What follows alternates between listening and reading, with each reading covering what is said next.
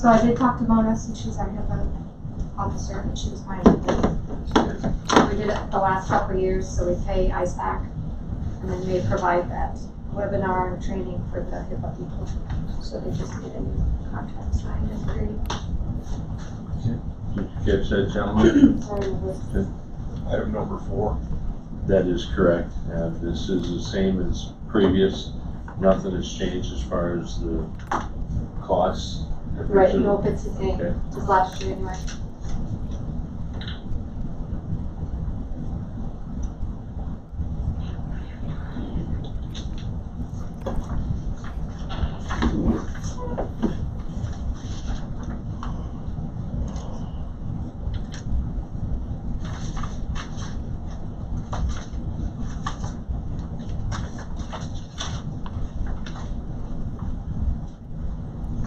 And the Adam one, Rodenberg, he's gonna come in, I shoot for 10:45 after Myron, but yesterday I wasn't sure, so I didn't put a time down. That's fine.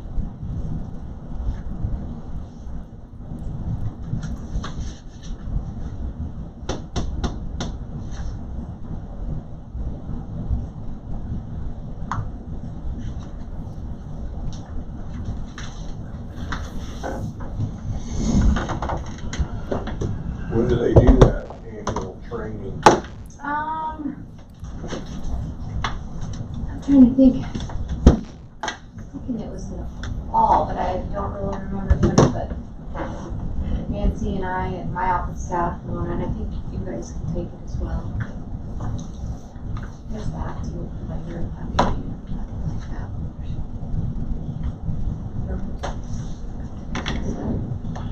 What's that now? That's just the email. So she's in there. Oh, Because I printed it. And then we did not do that. So I just had that for documentation. Then I'll take it back.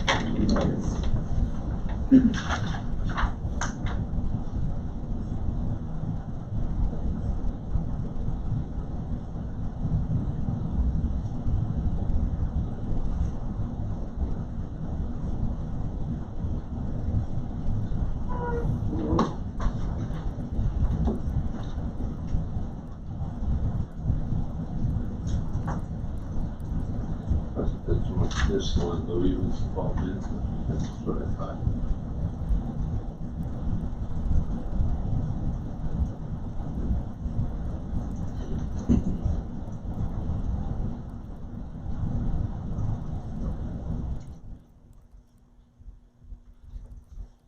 When's the county opening up? We started Yesterday. yesterday, yeah, with appointments. And I know it was crazy, so until everybody gets in the groove of things again.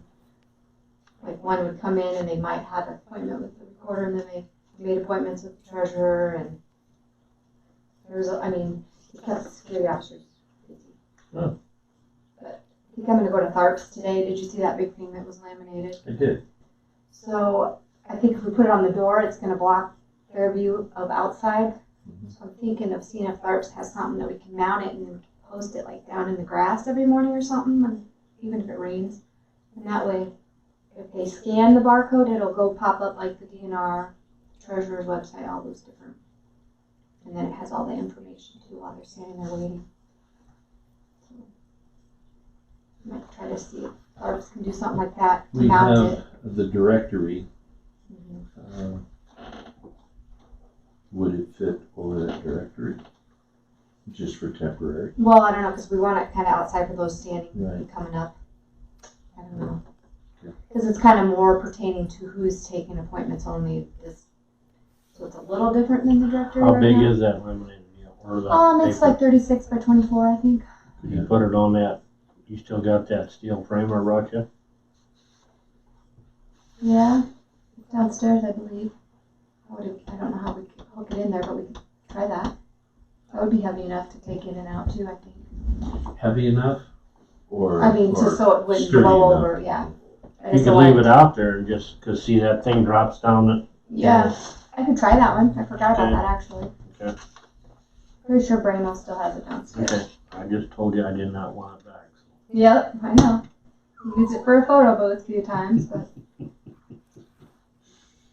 It's not that way, you know, even if those that are walking up and not realizing we're appointments only, they could maybe do some of that from the. Any questions on them?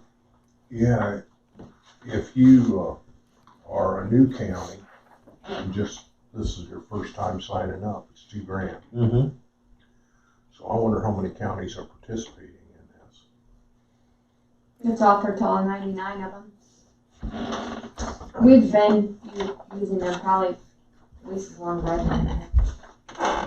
I'm like the motion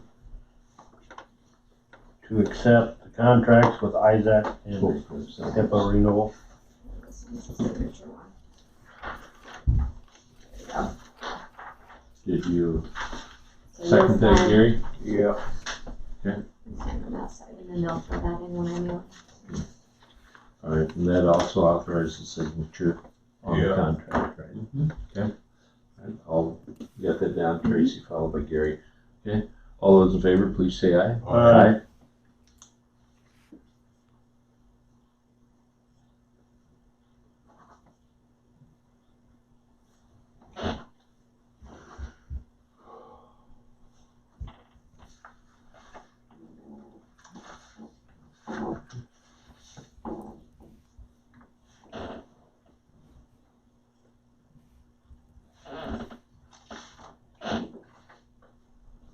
Gary's got the squeaky chair back. I think they were all moved around when we had the election day.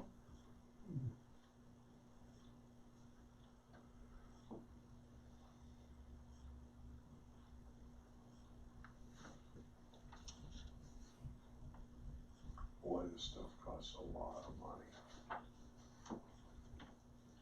Nothing's cheap. $1,800. Over $1,800. For that, okay. That newspaper, Yeah. that's just one. Thank you. And this is regarding land acquisition. So I did not come in for that. Because of that. And where is this supposedly at? Anywhere? No, it was on that original one that she sent me. On the other- Out here? Yeah. She The wanted hard that, property? this one, this was when she wanted that. Okay. But then she followed up with that, so I did not put in our amendment. And this is on the hard property.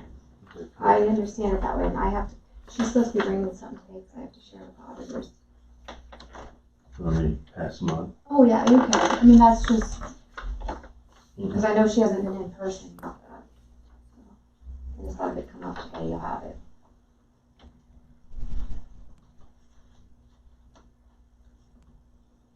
It is the hard property, it's this over right here. Yeah, so that was her description stuff, so maybe she'll keep all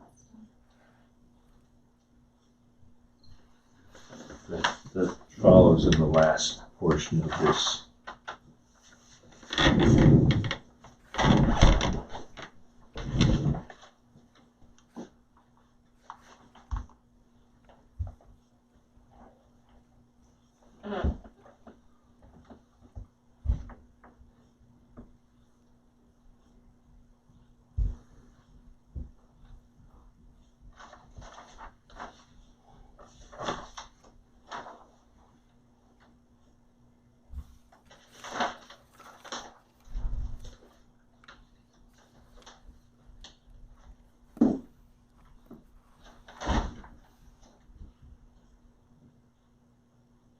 Quiet in here. They're not Very quiet, yeah.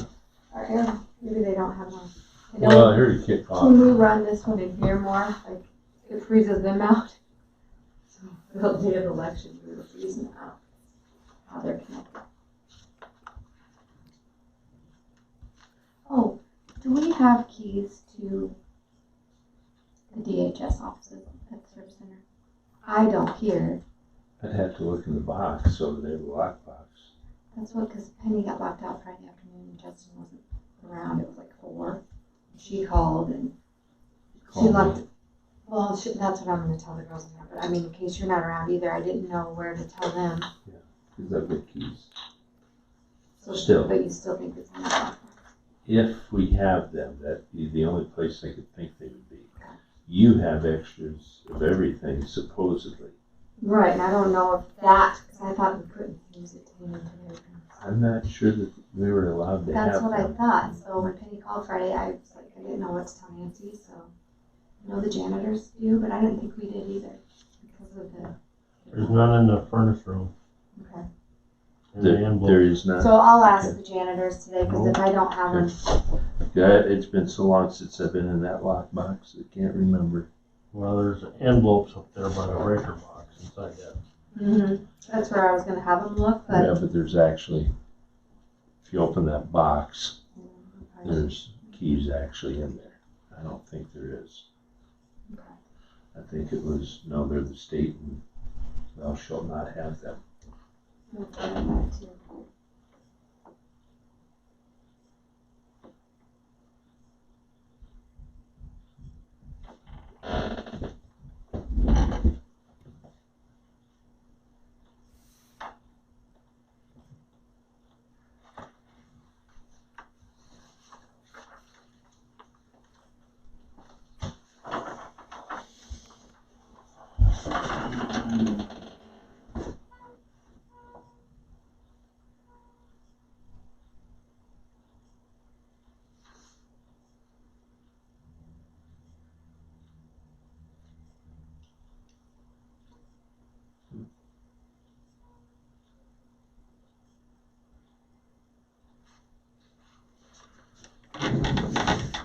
So, on that Hart property, this is gonna It'd come out of 1,600. 16. But that is supposed to be for her, panning and stuff, remember? I guess we can make that. And, when I ran that revenue does not show in there, but it's deposited now. Because Melinda had to do a step, because we had to create a line item, so there's more in the revenue, but I think I only showed you the expenditures anyway. So. Okay. I mean, percentage-wise, that's a pretty good percentage for this time of year. But then they're down in Yeah, 20s. so she's gonna have another payroll in there and another claim run too. Yeah. This week, or, within the next 2 weeks. Next week's payroll and claims again. Okay. And then I needed to, I see they're doing the copper out here on the ledge. I need to remind them to just see about submitting another bill this week because of the end of fiscal year. Because I need to see where we're at. If I need to start over in July or pay. So I haven't seen him here. I don't know what this other company was, but otherwise I was going to email that Kathy Jansen. So yeah, you could call him just to remind him that our last claim run for the fiscal year is next week. Is when? Next week. So I would need it like today or by Thursday at the latest. Of this week. To get it entered and then we'll pay next Tuesday.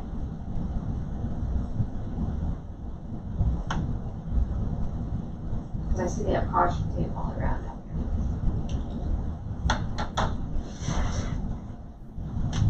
You know, I'm gonna, if he answers, I'll just have you talk to him, all right? there. Oh, that's fine. Or just leave him a voicemail. Randy, it's Tracy Seaman. I'm gonna let Haley talk to you, all right? Here she is. Hi Randy, it's Haley. Hello, Hey, I Sheriff. was just gonna remind you guys of our last claim run for the fiscal year is next week. Phone So started do you wanna ringing. tell you why? I didn't know, I see they're doing the copper and stuff today. Do you wanna submit another bill, like, by the end of Did this you week go for down sure? to or Ramona's Thursday after probably? it rained? You'll report on that, I presume? Yeah, like by this Thursday, then I'll pay next Where it's Tuesday. the is our rain, last yeah, the run water for this in the ditch. fiscal year, and if anything overlaps, then I'll pay it after Did you July find out 1st. anything about the PVC? Okay, I just wanted to remind No. you. You're welcome, have a good day. Bye.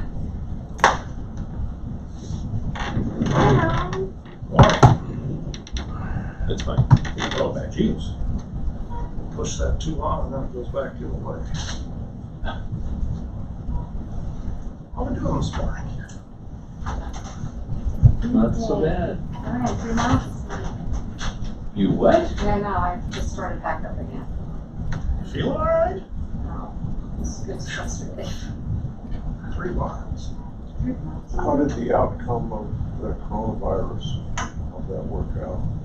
Do you have results yet? What are you talking about? No, I think, I'll tell you. Well, Sheriff, How we doing today? good, very good. It's your turn, sir. My turn? Okay, What are we on for first? your contract Yes. with Benton Community School. Contract with Benton Community Schools, on the resource officer. They would like the person to be a year-round position. They are paying the salary and benefits for the entire year. They are, school. We will be paying for the car, possibly a little overtime in there, and training. So this is gonna be a 12-month position, right? Well, we're gonna backfill this position. We've filled this from within. So, are we gonna put that up front? How do we do with the service? They're gonna pay it on a quarterly. So we'll still process payroll here, Yep. normal, and then get reimbursed. Yep. Okay. Alright. Yeah, that way you, So we can track it. yep. And they have a school board meeting tomorrow evening. The county attorney has looked through the contract. He believes it to be absolutely fine. Before we enter in this agreement, I would just like the board's approval to do so. So move. Questions? You indicated the car and related expense, possible overtime would be the county's cost. Overtime's kind of a question yet, but I would think that'd have to do with where it's related to. yeah, I would think that if it's a school function, that they would pay it. If it's a non-school function, that we would, obviously. That makes sense. because we're gonna, like, school bus violations involving a school person, we'll go to this person. If it's not a student, then whoever gets the ticket will take care of it.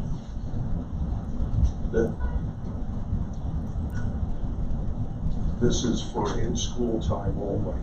This is for the entire year. We're a little behind the 8 ball because of everything that took place. We had already had the trainings and everything scheduled for they have trainings, 40-hour ones for the school resource officers. Of course, everything got canceled. Now they've tentatively got some scheduled for July and early August. We are signed up. We don't know if those are gonna go yet, but Where's the training gonna be at? the closest one so far is over by Madison, Wisconsin.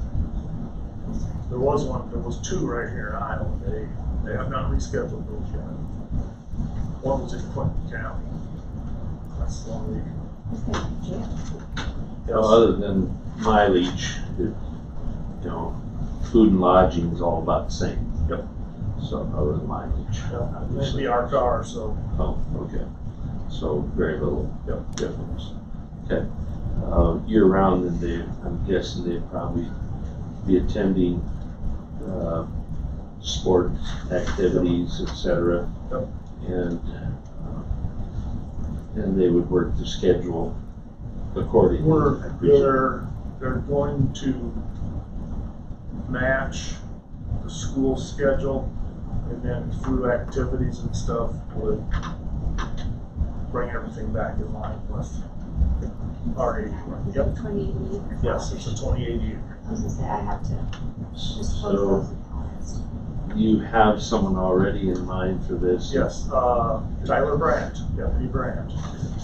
We, in conjunction with the school, we had 3 people interested. We interviewed 3, and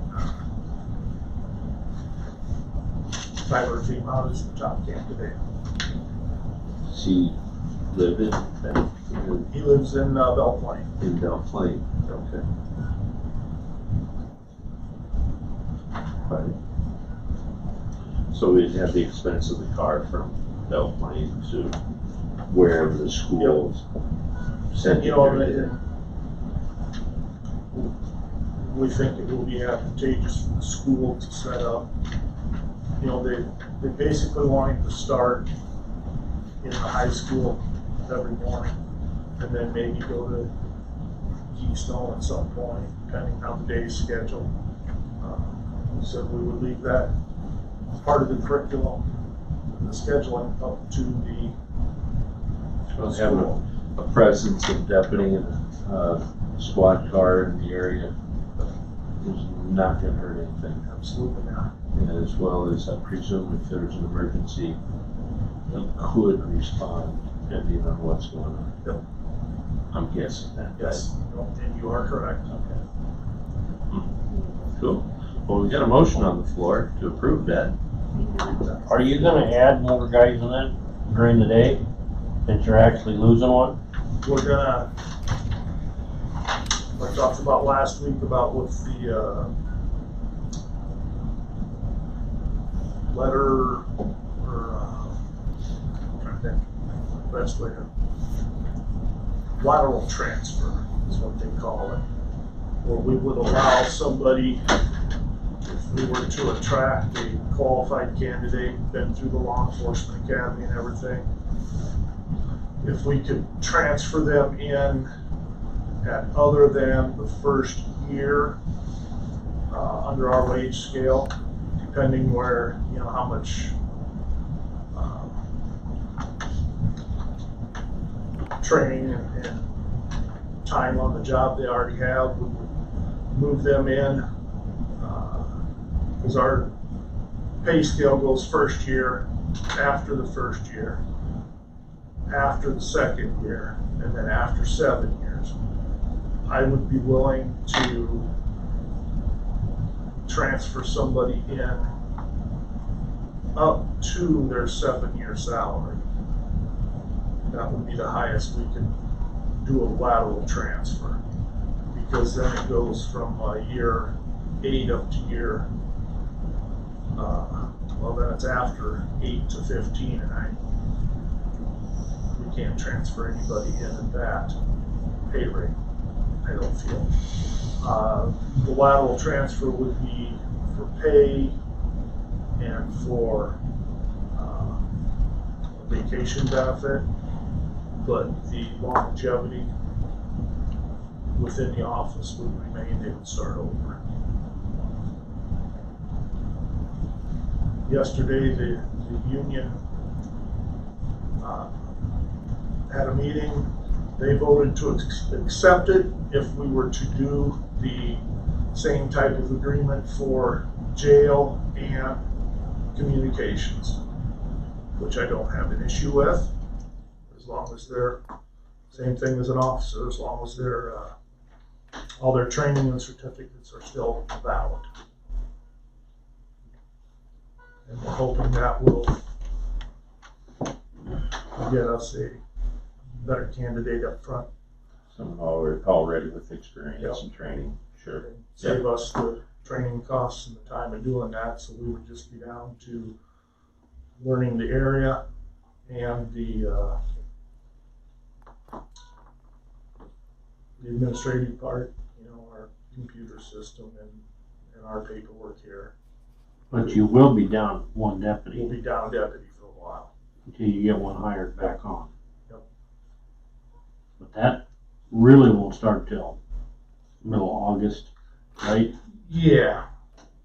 So you get a couple months to. Yep. Okay. Well, I make a motion then. It has Already to got be it. by resolution. you do? I already got a motion. Second then. Okay, so Gary made the motion to approve the contract with Benton Community Schools Resource Officer. And Tracy seconded that, and it is by resolution. Beersank, aye. Seaman, aye. And Primer, aye. So if you have the electronic, then I I do. can attach it right in. I'll just send you a copy of it. Okay. So I'll keep this one just like. Yep. Anything else, Sheriff? Just that tentative agreement with the union on the lateral transfer. We have to work out the union's supposed to be writing a letter. And then it would be a letter of agreement. It would be made part of our contract at some point, next time it's due, but I don't know what it takes to open up a contract when it's not ready to be open, so the union said this was how they have done things in the past, with a letter of agreement. I said, I am good with that. Makes good sense. We'll get our ad put out, have lateral transfers. The board for hiring deputies, they still want to do the physical testing. And then we have to have something else to grade them by. It could be the point where we have to do the police officer selection test with everybody, which is just the way you do it. But so the Civil Service Board has something to gauge people by up front. But then the lateral transfer allows somebody with, some experience to come in and not start over completely. Makes good sense. And that letter will take into account all your departments that you just mentioned. Yep. Okay, good. All right. Sweet. Thank you, Sheriff. Thank you. And then we're on again. Scott Hansen. Yeah, he's Oh, on yeah. the 10th for that. Yep. Okay. For the 911. Very good. Very good. Well, we'll move on. Okay. Perfect. Thank you. All right. Karen, Mr. Kermit, good morning. Mr. Seaman, and Mr. Beershank. Doing well, I presume? I'm doing great. Good. Very good. Yep. All Staying right. healthy, that's the big thing, right? Yeah, I think most people, our Benton County's been very fortunate. Yes, we have. So, Yeah. Okay. Fire away. Well, Tracy was at our meeting the other night, and basically, I just want, before I get into too much, because we've changed some other things too, so, but when the budget was amended for lost funds, that money that was taken out of lost was not originally allocated to pay Laser Precision. That money came from a grant, which the grant was written after the budget, so there was no spending authority on the money we put in, so we had to take it out of somewhere to pay Laser Precision. And so we took it out of loss, so that cleared out that budget. So I asked for an amendment to put that money back so that we could spend it on other things that we had intended to spend it on.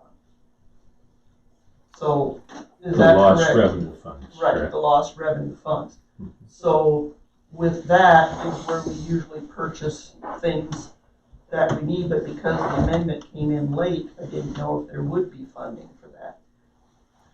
Now, with the meeting the other night, the biggest priority out of that was the bat wing mower.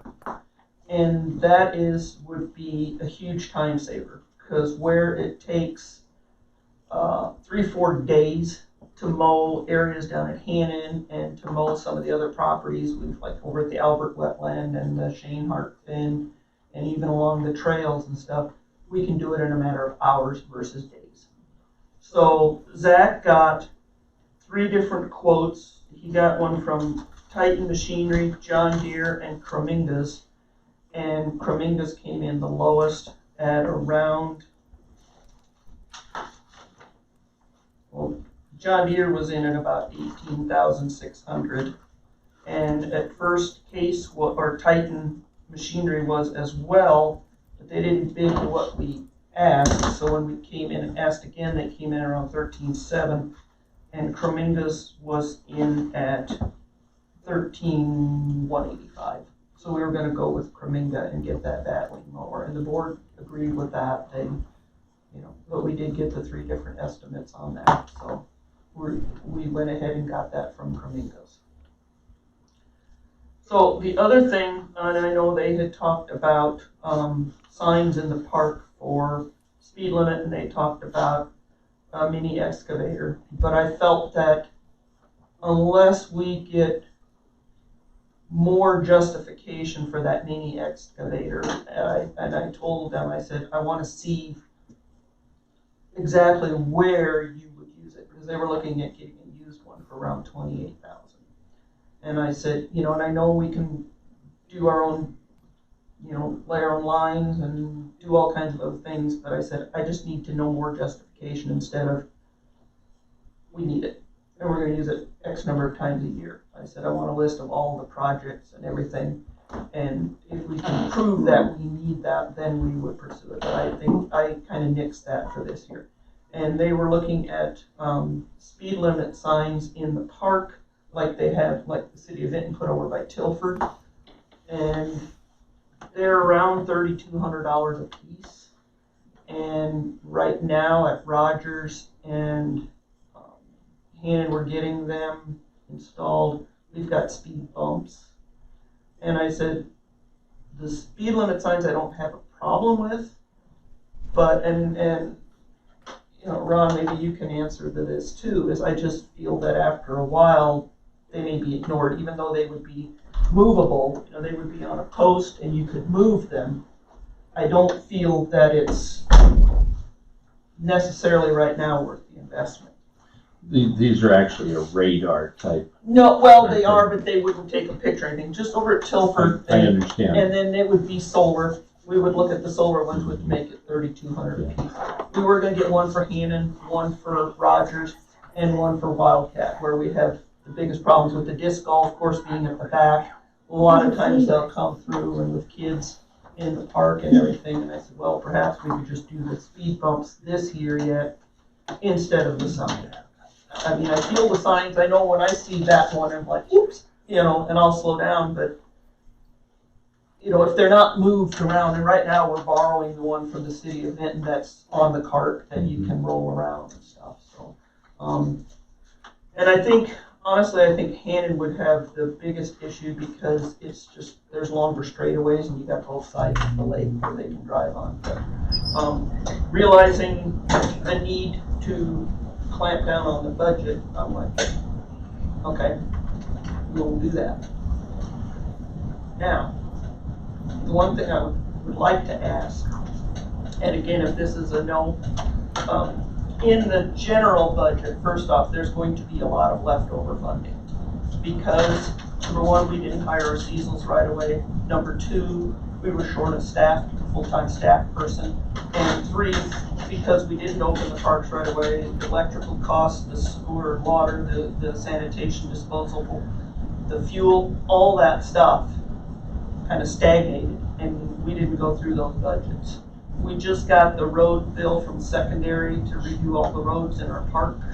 That was $31,000. So that pretty much wiped out our asphalt covering, and our cover aggregate sand. But as you're aware, the last 2 years, we did not go through with the rotation on the vehicles.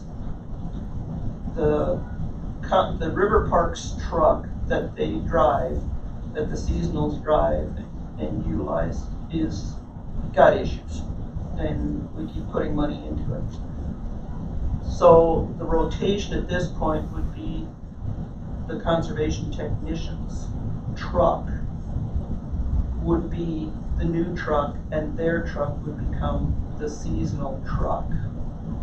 And then we would get rid of that other one. trade in that other one. Zach's getting bids, and again, this is, you know, if you guys say, no, Karen, that's not gonna work, it's not gonna work, but Zach's getting bids.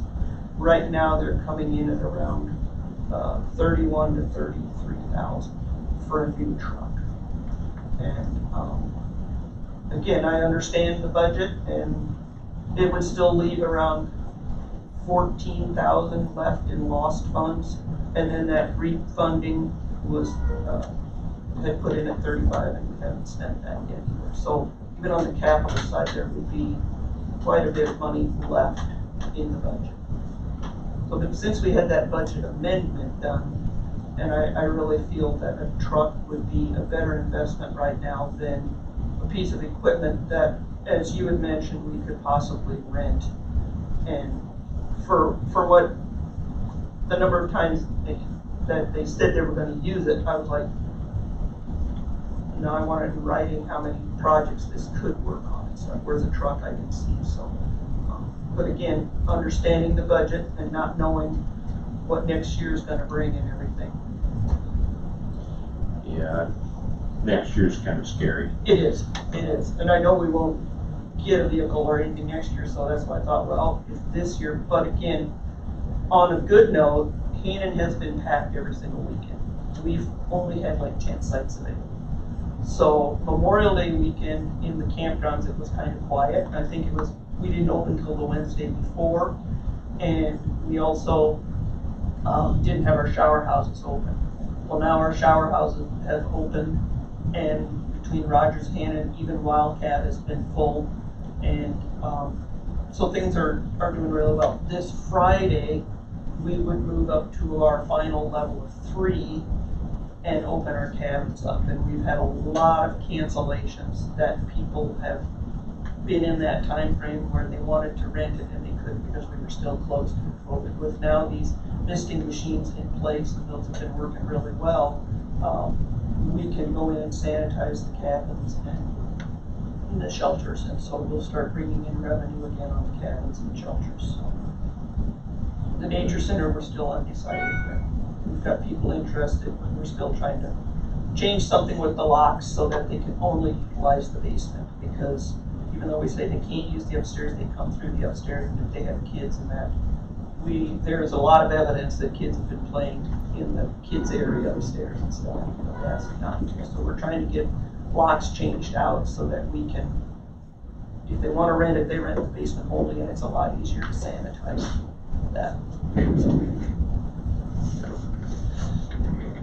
So there's no issues with using lost revenue funds for the maintenance or for equipment? Well, we did amend that now, so. Okay, all right. The lost revenue funds was for land acquisition though? No, there's a regular line item Is there? for land acquisition, right. That's a different And so, fund. that's why and generally you don't use just lost for land acquisition. Right.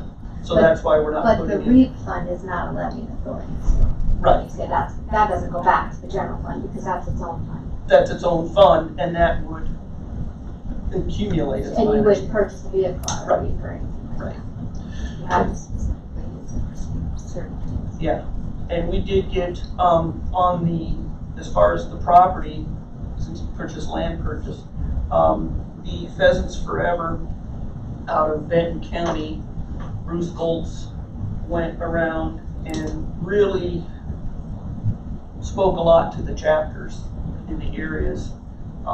They gave $15,000 towards the property. Iowa County, I believe, was $7,500, and all told, they gave, with the state chapter matching up to 15, I believe it was 45,000 towards the property. So are you talking about the hard property? So are they paying that directly to the Iowa Heritage National? What they did was write the check to our foundation, and I in turn will write that check to. Because you might, that's what Tyler Morby was, Right. Ty Bailey, that's why I have to show that. Mhm. So I might have him call you, Okay, because since that was one right, deal with the watershed, and right. I just don't know how he wants you to show the ins and outs of that. Okay, and then the other thing was, I had written a small grant to the Iowa Native Plant Society. The most they would award was $1,250, which we got towards that, and they paid directly to INHF. Because I don't see your Right. foundation. Right, but I can make it, because I've been asking for receipts from INHF for anything that we send them. So, and then the other thing is, there is the Habitat Stamp Grant, which the deadline was May 31st. It's in reviewing right now, so sometime here in the first few weeks of July, we'll know if we got that. If we get it, it probably should be paid for.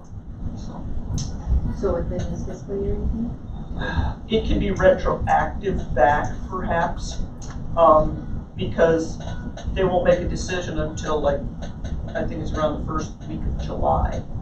So, but I know in the past, I've been able to put funding, like when we get camping revenue and stuff, I've been able to apply it to the fiscal year we just came out. Well, we accrue it if it Right. was earned 14. Right, so,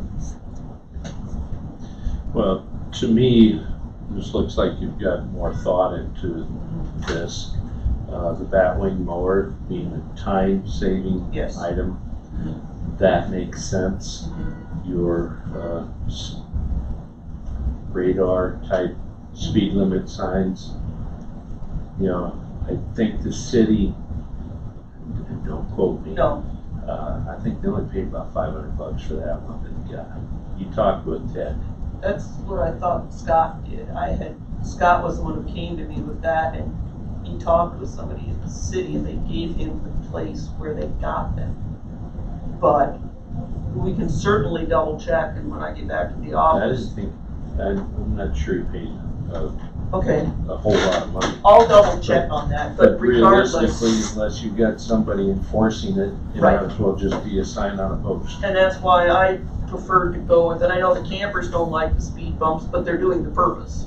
Exactly. It's like, so, and we've got those, I know Colin just wants some signs, that warn you speed bumps ahead. And then we have to put up like rocks beside them because people say, well, I'm not going over this, and they'll drive around it, so. Right.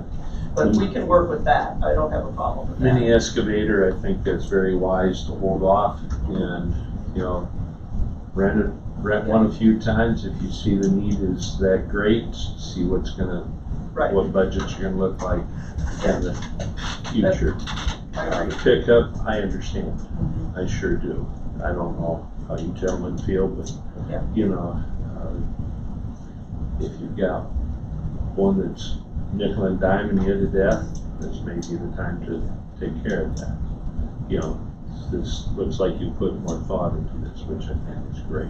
Okay. So, Gary, would you remove that mint canister and that spray bottle? I can't see David. I see the top of his head. Gary, there for a second, I thought we were gonna have a rumble and he was gonna ask you to remove from the and I just wasn't feeling like budget today. Thank you. Hold on. I'm just confused. I'll have him questions, like after you pay off that You remainder here on need that to part, bring some help. who's gonna hold the title?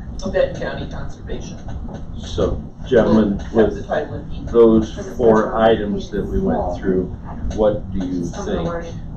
The pickup, batwing mower, you think that's a wise choice? The pickup's gonna come out of Actually, it was gonna come out of Lost revenue. Lost revenue. Because, like I But said, that's we where the have- amendment was. She can only spend the refunds for certain things, and I don't think the vehicle's one. I think it does come out, it can come out of there, But it has to be, but the reason it can do either, but the reason I was looking at the lost funds is because that's what we specifically had amended.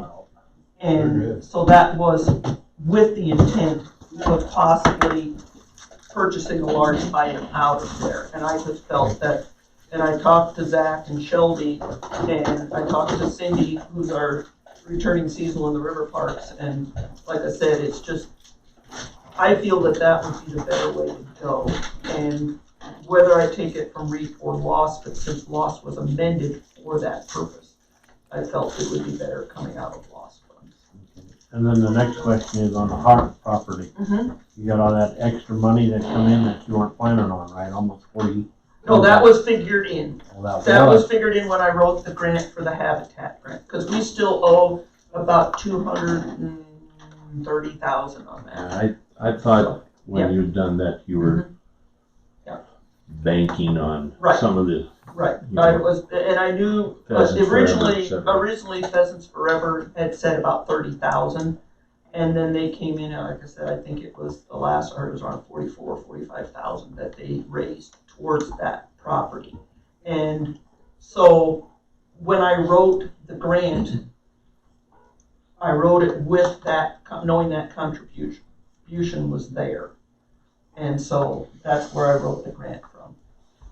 So we're still down to 230,000 for the Hart property to pay it off.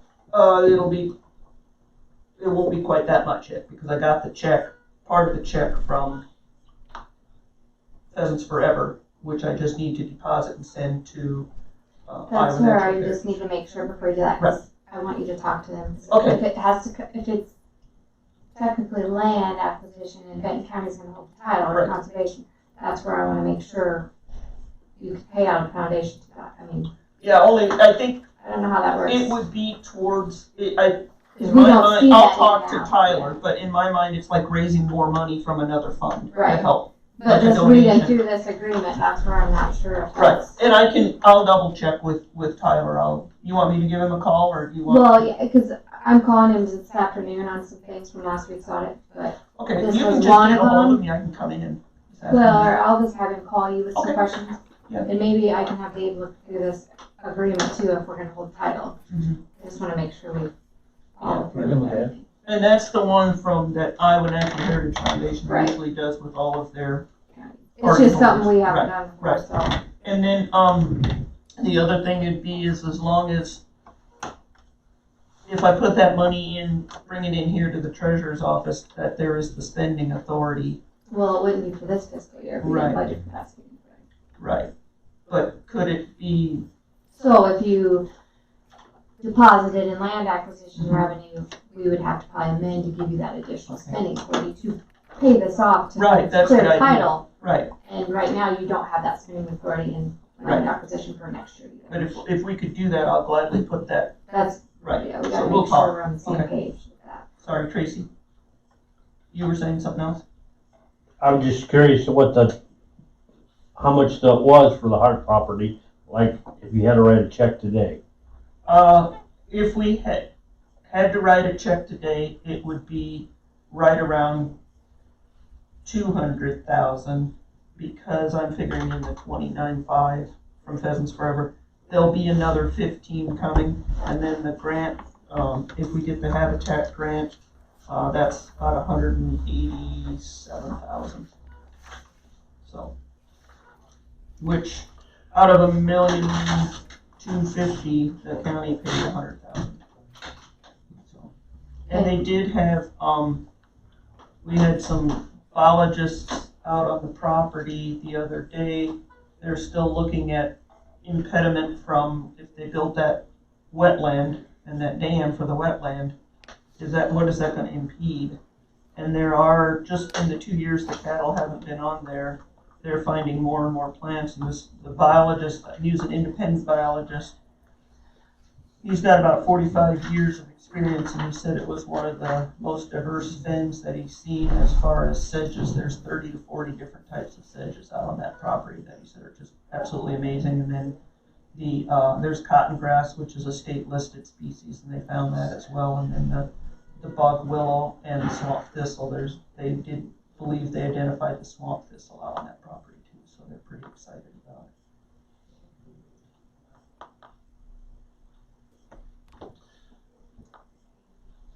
so for the most part, you're still banking on the fact that county should have about 100,000 invested in the property. That was paid. Yeah, That part was paid already. Yes. that was spent this fiscal year. And then you still have 50,000 for land, for the building for Hannon. Right. And you haven't spent any for that yet this year? No, we just started working with Mark Greenlee, and that we put towards next year. Well, it's Where we committed for that. Committed for that, but we have not started building it So why would again. there be a zero balance? Well, she hasn't spent any out of that yet for this No. year.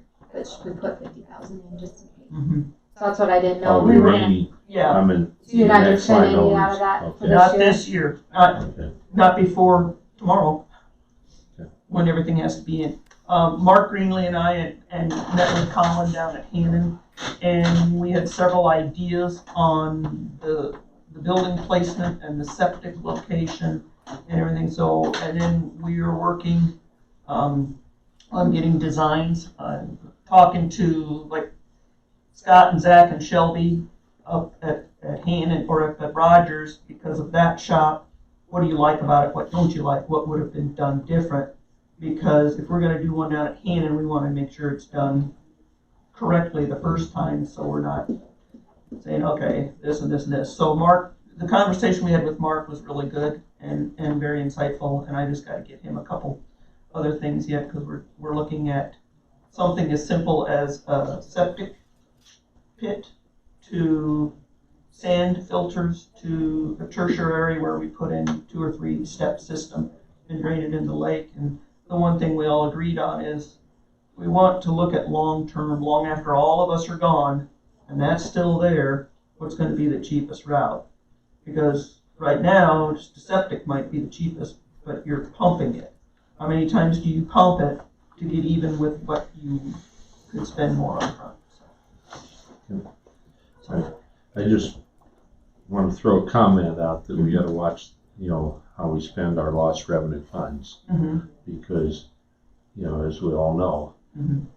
due to the COVID-19, things are down. In fact, I believe the state of Iowa this morning made a statement that they're cutting $8 million out of their budget. Right. And there's gonna be layoffs. That's like that, it's gonna start trickling down. Yes. And like I said, that's why with this, I just felt if you see, yes, we've given up that truck, and I feel the truck is more important than the Well, mini excavator and the signs. oh, for sure. And then again, the batwing mower is definitely gonna save us a lot of time and effort because of the areas that we are mowing. And that we've got a team of AmeriCorps out on the old Creamery Trail right now, today, and I would assume next year's budget is going to be very tight. And so I Coming wouldn't in. even ask for any of those things next year. After the first of the year, Right. budgets are gonna be. Yeah. And Really if should, anything, thanks. what we would have been lost, providing we get going on the building at hand, if we can still move forward with that, that would be, even if lost is cut, what was there out of lost we could possibly also put towards the shop. Sure. So, but I understand what we're in and how things are being distributed. Yeah, the pockets aren't gonna be as No. deep. And like I said, this year, that's why there will still be money left in lost, and there will be quite a bit left in the general budget. Because of the way things worked out. When your parks are closed, you're not using half the resources you normally would. The campers aren't using the electricity, they're not using the dumpsters, they're not using the dump stations, so. All right. There's nothing we do with this, obviously, but it's good to know that you took a closer look, Yes. definitely. And whether it's REAP or lost revenue, I guess that's between you and the auditor's office to figure out what's gonna Well, work the since best. you're And not it's, legally spending it, go to county and spend that. right, so, Any other questions? questions, gentlemen? She won't get the bill in time for the pickup. For your fiscal year end, because we pay next week and that's the last one. We pay tomorrow, don't we? Everything has to be in tomorrow, right? Everything has to be turned into us tomorrow to pay next week. So, well, they may, like I said, Zach got all the quotes and everything rounded up yesterday, and some of them, if there's one in stock. So you're supposed to have it in possession. Right, if there is one in stock. So, Batwing mower obviously is not an issue. Right. Pickup may be in question. Right. I have no problem. Yeah, Yeah. I mean, if we can get it in our possession by June 15th, I should ask us to do that. No, this makes, to me, that's like you put more thought into things. And obviously you have. So, good. Gary? Any questions? Yeah. Okay. Thank you. You're welcome. Appreciate you coming in. You're welcome. Glad that the things are getting a little closer to normal. Yeah, like I said, this Friday, we've already got people reserving all our cabins and stuff. We've got to get a new roof on it, Tobin's. Yes. We're getting estimates on that, and, We had vandalism out there, wasn't it? well, we did, but that was a while back when they broke in, but the roof, it's a long story, the roof was put on wrong, and we've got bad leaks, Sure. and we need a whole new roof, and we need to strip off the old roof, metal roof, and then fix the inside where it's leaked and damaged. So we're getting some bids on that. That probably won't get in this year, but we'll get it fixed. Yes, sir. On a side note, I was out there Saturday afternoon, At Tobin's? no, at Rogers. Okay. Sometime with the guys, which they never have time, but they should have some rock put on around the shop on the east side, because you can look underneath the foundation on the north end of the building. It's a matter of time before you Side. get. The new shop or the old shop? That'll be the new shop, The addition? to the north, towards the water, Oh, okay. where Yeah. your offices are and That everything. sidewalk right there. Yes, Yes, yes. I agree. Yes, because it's a matter of time, you're gonna have road Yeah, yeah. No, I didn't Sit next to you to keep in His mind. mention something. Okay. So, When was the deadline? Hey, thank you, Karen. thank you, Appreciate gentlemen. All right, see you later. work on this. You're perfect.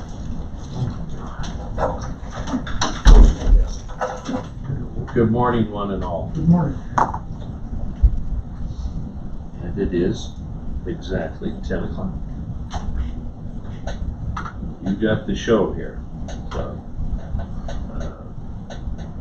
it's on as Allison. Mm-hmm. Not quite sure why, but okay. I think you're the one that called or something, so they put yours on Okay. Whoever wishes to speak. there. She should have put historic. What? They Actually, should have put historic commission. the board had some concern over a copy purchase. Maybe they need to hear from the board what the concern is. I think that's very fair. Yeah. I would, and since I'm the one that called on Friday and spoke to the gentleman that was out there, I think you were there, Allison, I spoke to you. So the concern is whether or not you actually need a copier of that magnitude. Now, I don't know how big or how fancy, but one of the comments that was made, I made, was this is from a different company, first of all. And the comment was, well, due to the actual need or the number of units that was smaller than what the current company was able to contract for or such. That's the gist of it that I got, that is why they came in less money. That's a red flag, you know. Do you need something that's almost $3,500, you know, in a copy machine? If you're not using that much, if you're a part-time office, you know, would it be about as advantageous just to walk out one door into another door and make a copy? You know, Well, it's, okay, it's more than one copy. Maybe. For- I get that more than a copy, Yeah. but Give it I, back, Bill, would you allow me Sure. to go first? So as the board is aware, we have a contract with Marco. The Historic Preservation Commission has been talking about the need for a copy machine for probably the last 2 to 3 years. But they never had a place before. They have kind of ramped up some of the things they're trying to do, et cetera, et cetera. So back to this Marco that we have the contract with. I received questions from Preservation if they went copy route, how would they do that? I said, we have this agreement with Marco, let me check with IT Ben. So I talked to Ben Turnus, this is probably, I don't know, 2 months ago, if I had to guess. How would they go about doing this? He was not inclined to try to renegotiate the Marco contract at this point. Now, I don't want that to sound like anything bad towards Ben at all. Ben has been swamped doing things. He said that as far as he was concerned, it would be all right if they just bought one. So if I could back up the bus a second, again, they've been talking about getting a copy machine for a very long time. I'm not a copy machine expert, but I have purchased several copiers through the years. They have a copy machine. It's not overly large. It is a very good machine, and it does the types of things they need it to do. One of the things that they need it to do is they need to have the ability to print and make copies on 11 by 17 paper. That automatically increases the cost and the caliber of the machine because that's an oddball size, legal. Or technically it's not legal, but it's an oddball size. Not every copier makes that copy. Other than that, I know that they went out and they researched and got quotes on a number of machines. The company that they purchased from is Koch Brothers out of Marion, Iowa. They're not the Koch brothers that you hear about on TV. They've been in business for a very long time, and in fact, prior to us switching over to Marco, I don't know how many county offices they were servicing, but they were servicing ours, and we had had them for over 25 years without ever a complaint. So I just thought I'd throw that in as some background. I personally am aware of things they're trying to do. They need a copy machine, and it's very problematic trying to get them into a place where they can make copies. We have used the copy machine up in my office, but that's not very handy for these folks because they're usually meeting at night. We're not usually in our office open at night. And as you know, these folks are all volunteers, and they usually have things to do during the day. So I just thought I'd throw that in there. They can answer other questions. It wasn't a last second purchase. They were really interested in trying to do this back in March, but then the COVID virus and everything getting shut down kind of put everything on hold and interrupted the way they were meeting.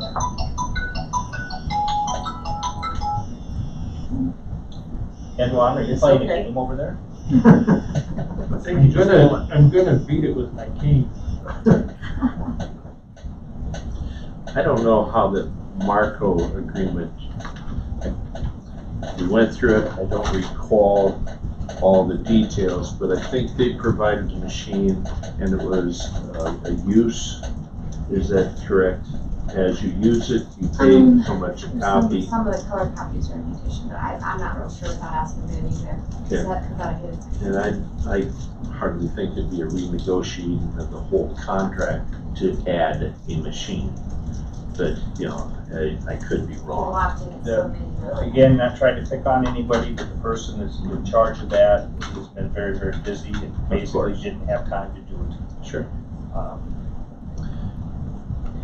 So, you know, hopefully now he's gonna have, the county's back open, he's here. One other thing, if I could add, from a legal standpoint, and I'm kind of big on the legal standpoints.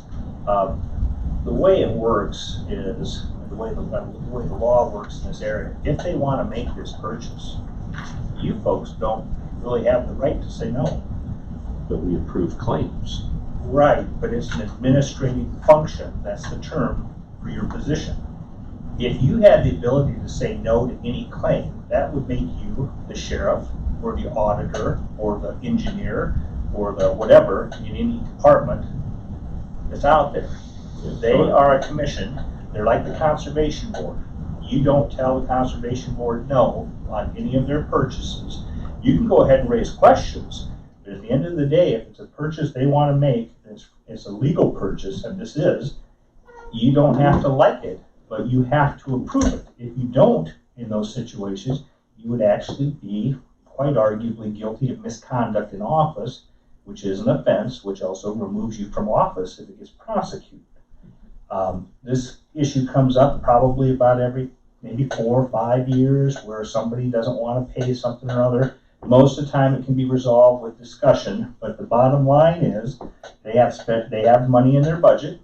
They have spending authority for that. They voted properly in a meeting to go ahead and make the purchase. And it's something that is reasonable, and very arguably anyways, reasonable for the job that they need to do. So from a legal standpoint, I know that they don't want to buck the system here or create any unnecessary friction. But from a legal standpoint, again, you don't have to like it, but sometimes it's like payroll. You approve payroll, but maybe you have somebody that you're approving payroll for that you don't think is a very good employee in another department. But you don't have any power to do anything other than approve that claim. Well, I'll say, we do not want to get into an argument with the board of supervisors. We do need a copy of some kind. However it works, we've looked around and we've taken advantage of some other departments to get stuff copied. But it's problematic, I think, for the people we're using their overusing, and it's a real inconvenience for us. We have, there's a lot of stuff we do have to copy. We have a small copier. You can see a picture of one of the papers that we did. It's a piece of junk, literally. It's just a little, computer copier. Let me have my turn. It's a printer. It's a Canon, it was a $50 Canon printer that you can run maybe 100 pages on. Yes. That you've got those. This is how much ink we've used so far. Right. It's used since January. Yeah, I recycle every December, so this is something we need to copy. Yeah, and by the way, you guys should have this because this is a Middle Cedar watershed project for the pond that goes at my place. It says prepared for the Benton County Board of Supervisors. I didn't realize it because I didn't read the first page. But to copy this one page at a time on then flip, it'd take me half a day. And it only does one side. Yes. This is the Herring Hotel one. I begged Scott at Emergency Management, ran 10 copies of this. I would probably still be copying it. This is the one we took here. City of Van Horn wanted to know what we had on file for them. So I printed it out of I should back up. The State Historic Preservation Office has a whole bunch of files that are, they've got actual files and then digitized down there. And because our files are, I'm going to use the word non-existent, we're not quite sure why we don't have files. But they keep shipping stuff to me, which ends up on my Google Drive. Because if you print 1 or 2 of those files out, then you got to go ahead and get another cartridge. I basically wasted paper because it keeps doing this to me. This is the water tower in Van Horn, the old water tower before they put up the new one.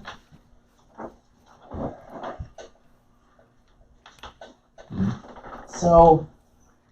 Well, that's your $50 printer, right? Yes. And then the cartridges, just for the black, are like 25 plus per cartridge. And I think Gary showed up for their meeting yesterday. Since January 1st, they've got 25 of those in that bag. No. Or is it not 25? It's 9, 10, 13, something like that. Whatever it was over $500. Yeah. Most of us, we don't have time to be there during the day. So we're there after hours working, and it's hard to find anything after hours. And I tried refilling the cartridges, but they changed the density on the ink, so that doesn't work. And I'll be honest with you, I watched the video of it on YouTube. Yes, I understand we're a part-time office, but me personally, I've spent over 150 hours there so far since January, and I didn't go in March because we weren't allowed to. So if you figure 5 months, and not to exclude you, but the ones that attended the virtual conference were the 4 of us, and that was 29 hours apiece. So we're there more than you think we are. I'm just not there when you guys walk through because I have a real job down the block. I'm not saying that you don't deserve one. I'm all for one. But I'm thinking, is there a cheaper alternative? I don't know. Not gonna be what we want. We need one that has toner instead of ink cartridge, because even if we get one that's more expensive, that has more bells and whistles, that has ink cartridges, Mm-hmm. we're still gonna chuck through them like nobody's business. And you can't buy these in town. They need one that can collate when they're making pamphlets for presentations, things like that. If you know, we have at our house, we have a standard inkjet printer. I would never try to print off, for a meeting where you might have just say 8 handouts, 5 pages each. It'd take forever. They need one that can collate. They need one that can download and print the 11 by 17 documents that we're trying to build up a base of and have a record of. It also has a larger scanning bed on top than what we've got. The one that we have now is 8.5 by 11, it's all double scan. When they're doing things with maps and old deeds and things of that nature. Historic preservation commissions have been around for I don't know how long, certainly at least 45, 50 years, maybe longer, in the code. They have so many things, it's one of those things that they have so many things that they are told that they should be doing that have never been done in Benton County, that literally they could turn it into a full-time job. So for instance, one of the things they're supposed to be doing, according to the historic preservation guidelines from the state, is they're supposed to be cataloging and recording information on every structure in the county that's over 50 years old. That in and of itself, if they were, and they're trying to do some of that now, that in and of itself would take years. And on a part-time basis, it quite frankly would probably take decades. So they're trying to be a lot more active in the things that they're doing. They've written a number of grants. They've had a number of presentations. The space in the service center has been very useful to them. These folks that are here are, core components of a couple projects that we've done here in the last 7, 8 years. The Clock Project, the Sheriff Fry Project. They have other things that they're working on. So I know that they're part-time, but they really, do a lot of good, valuable volunteer work for the county, and they're trying to step up and do even more. Now, as far as the copy machines go, I know that they researched 4 different machines. Different companies. And it's not, for what they need to do, it's not an out-of-line price. But I can see where it raises eyebrows because they've never had a copy machine before. 3 years ago, we didn't have an office for meeting pizza ranch. So this is definitely an improvement. So I mean, it would really help them in their What was that? step up. Also, a copy machine of this type, I would expect the number of copies that they're using, it would have at least an 8-year life expectancy. That's what they're going to pay on that machine and the maintenance agreement, which is, what is it, like $115 or $120 A year. And they'll spend more in It was toner. $18 to $20 a month if you knock that out. And we get 1,000 black and white, 100 color a month within that contract. Whenever we need toner, we email them and they send it out the next day. Yeah, So that's all included in all service. so I understand why it seems like it's a pricey, maybe a luxury item, but if ever there was a group that needs to have a copy machine that they can use, if you want them to be doing the job that they're supposed to be trying to do under the code, it seems like a kind of just a basic piece of equipment. Let me say, you give us some alternative. Well, I'm not in the copy machine business. If you question it, give us an alternative. We'll look at other possibilities. But now That's they're- one thing. The second thing is, the Historic Preservation Commission for Benton County was on probation when I joined. And we did a lot of work to get off probation so that we're, I think we're one of the better historic preservation commissions in the state. Paul is really impressed with what we've done. And had we gone on probation, one of the things about having an active historic preservation commission is we can help people get grants. You can't do that if you're on probation or don't exist. So, we think we're, helping some good causes. That's what we're here for. Give us an alternative. We're not here to close the county or anything like that. Right. One of the ways we'll be under budget by the time the fiscal year ends. We would have spent $2,000 this month going to the required conference at Dubuque, and all 5 of us would have gone. With hotel mileage, meals, and registration would have been about $2,000 total. It went online. 4 of us attended. It was like $20 hours. Cost us $80 for the 4 of us who attended. So, a big saving to the county. I would have gone to the national conference, which would be going on next month in Tacoma. I would have provided the transportation because my brother and sister lived there. I would have taken the train out. The cost would have been the 2 days that it would have ended the 5-day conference in Tacoma, and whatever miscellaneous transportation there would have been. Of course, that's not happening. So, we just haven't spent nearly what has been allocated. And we do respect that we're dealing with county money and trying to be as respectful and careful as we possibly can. And we will be under budget, including with this purchase of the copy machine, considerably under budget.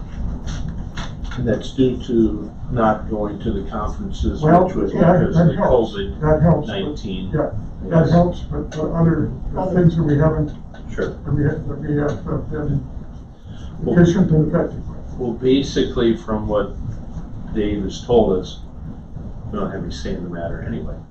Do No, what you you want do, to do. because they don't want to have any friction. Yeah, You have the amount, you have the right. We don't want to be in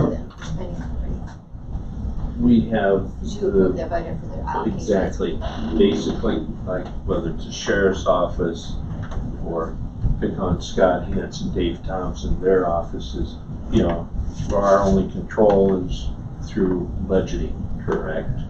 And it sounds like a waste of time that we even go over claims, to be very honest. So, No, you may. well, if we're in violation of the They may law, have bought, they may have bought a Wurlitzer jukebox for the office. That'd be a claim that you could, you should go over the claims and deny. But just from a legal standpoint, but if their commission authorized a Wurlitzer jukebox because of the historical value, we don't have the ability to say no. well. That's what you just said earlier. I would I would hope that you would ask me, and I would say it would take quite a few angels dancing on the head of a needle or a pin to make that sound like why they should have a collectible item like that, for their meetings. Sure. And maybe that was a bad example, but there are other things that they but could. that's fine. It's whether it's a fancy stereo But system or whatever. you would agree with the counterpoint. If you could go ahead and deny any purchase that the sheriff wanted to make, that would essentially make you the sheriff of Benton County. No one. Well, but that's not, again, I'm telling you how the law works. And it comes up in this boardroom about every 4 or 5 years. Sure. They're here not wanting any friction or straining. They want to have a good relationship with the board. If there's some sort of alternative, that you would rather have them pursue, I'm sure they'll listen to it. But time is of the essence since claims are due by next Tomorrow. Tuesday, isn't it? Or by tomorrow, excuse me, to be paid next week. But the copy machine itself that they picked is not a Cadillac or extravagant purchase, type of machine. It's a basic, good Hewlett Packard, copy machine, and it'll do the job they need it to do. And it's from a very reputable firm, and they can talk to you about the other machines they researched. They got quotes. But they didn't meet the requirements that we needed. Okay. Well, as far as I can see, you're within your budget. You've got the approval of your commission. We don't have any say. Bottom line. Well, We don't have to like it, yeah. bottom line with that, but, you know, But do you what have you to wanna write the do. question. Pardon me? You have to write the question as, And we did. yeah, no. And we did. Yeah. And as far as we were aware, when I called on Friday, I enacted as the board wished to put a hold on this. And that's what I did. I put a hold on You it. needed clarification. We did not approve that claim. So But I guess that won't happen again on any If claims. there's an alternative to this, we'd certainly be interested in Sure. exploring. The other thing is, I had no idea it was put on hold. Nobody no. told them about what had happened in the board meeting Tuesday But last week. Nobody told them about this being maybe an Yeah, issue with Joe until you talked to Allison on Friday. yeah, the individual that was going to relay the message left on vacation.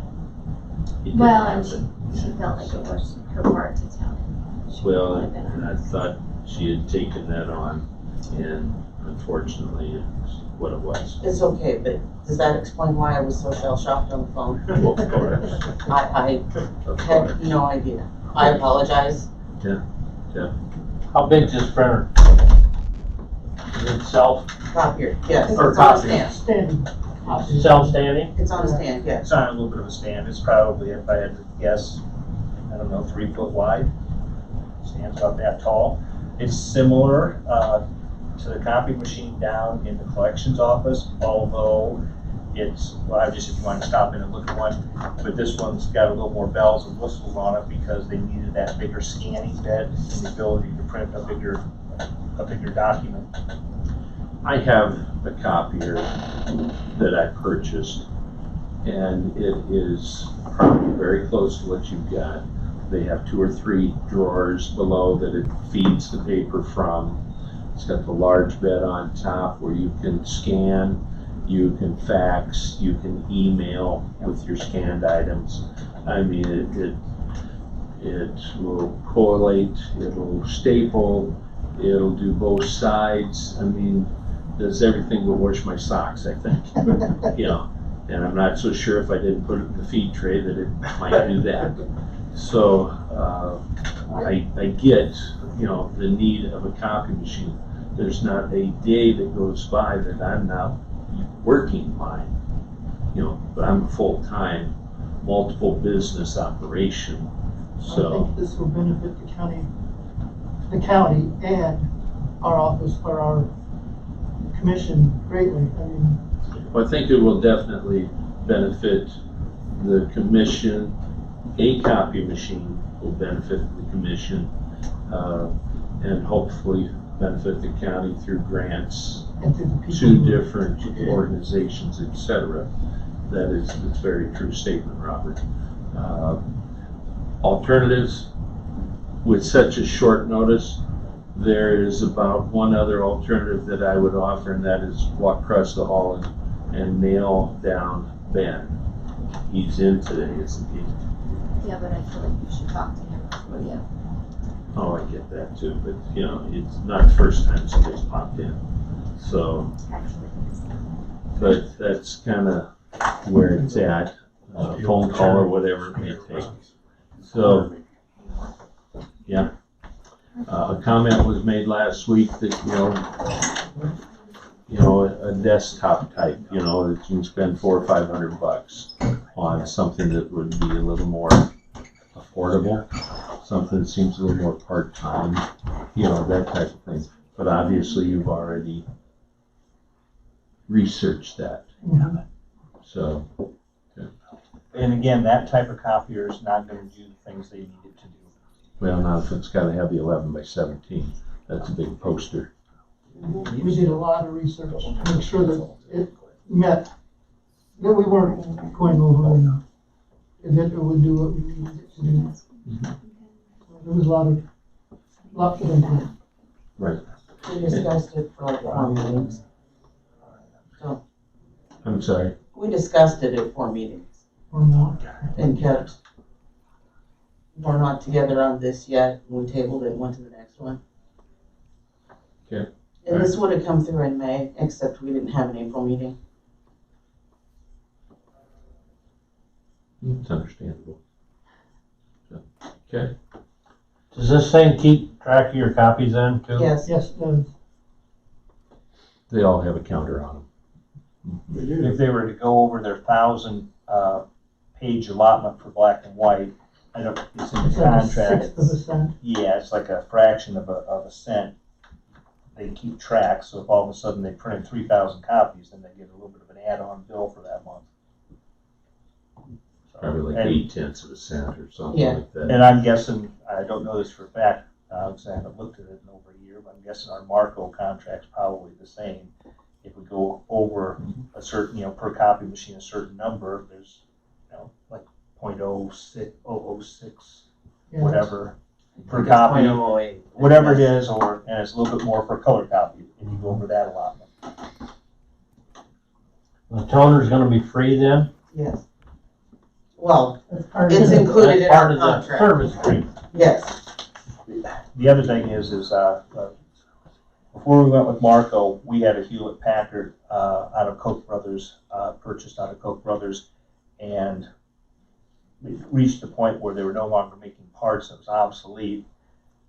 So we moved it into a room and kept it as a backup copier for another 4 or 5 years after that, and it worked great. I mean, the Hewlett Packards that they've bought, and I think all of them in general, they run forever. And this is a good outfit that they're dealing with.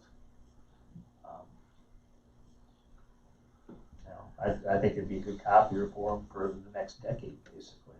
So what do we need to do to, We don't do a darn thing. They came up here to tell us what their need was, and they've already got the but we have to budget. approve the, we don't? He said, No, you have to approve the claim, if that's what they want to do. What's that? No, So, I'm just saying we're way behind, so we need to get rid of it. I know. So, but it's not the first time we'll be behind. So, Just repeating ourselves. Yeah. So I don't know what we do with the claim. We're gonna probably have to approve it, go back and, Either that or add it to the next run. Do they need the payment up front? You know? Now, they delivered and are awaiting payment. all we gotta do is, you got the check made Yeah. out, we just gotta Instead of okay it. okay it, you have to approve that claim number as a motion. Yeah. So moved. You got the claim number, Andy? Well, it'll be over there on the check. I don't know. offhand. alright. Well, Gary made a motion to approve it. I second it then. Okay, and Tracy seconded. All those in favor, please say aye. Aye. Aye. Away you go. Thank you very Thank much. you. Appreciate it. Mr. Hanson, we're 16 minutes behind the 8 ball. That's all right. He's quick. Got another haircut. I got a haircut. The way my wife wanted it cut. Nice. I would have done that haircut The way for she half did it. price. No, she didn't do it. She just made sure the person did it the way she wanted it done. I'm getting pretty good at haircuts now. My Yeah, kids are so spoiled. whatever. Hope you all like it. I'm still eating. That's all right. I like it. Tell Julie I like it. All right. So, 911 board. So we've got the pager backstory, pager and radio projects, pager projects in what's the word? In motion. It's being done. All the equipment's been delivered to the tower sites. With that, an opportunity came up before us with Raycom owns a tower northwest of it, just northwest of the nature center there. That's what this, on the backside of the packet, I've got the real estate deal. And it's much better, they aren't using it anymore. They have, there's nothing on it they're using anymore. It used to be an old statewide system. And They actually have done the propagation studies when they were doing our paging system, and now while we're looking at our new radio system, they've done the studies off that tower, and it's a much better tower site than what we have currently at Mount Auburn. And it also covers what this Benton Tower site covers. So they made us an offer to the 911 board about purchasing that tower outright, since they don't use it anymore. It sits on 5 acres of land on top of the hill up there. You can see the assessed value in the back. They've offered it to us for $25,000. The 911 board has the money in the budget. The 911 board already approved this, but it has to come through you, because Benton County will then end up owning it, just like you own the main tower down north of Van Horn. It's going to be under Benton County ownership. It can't specifically be the 911 board.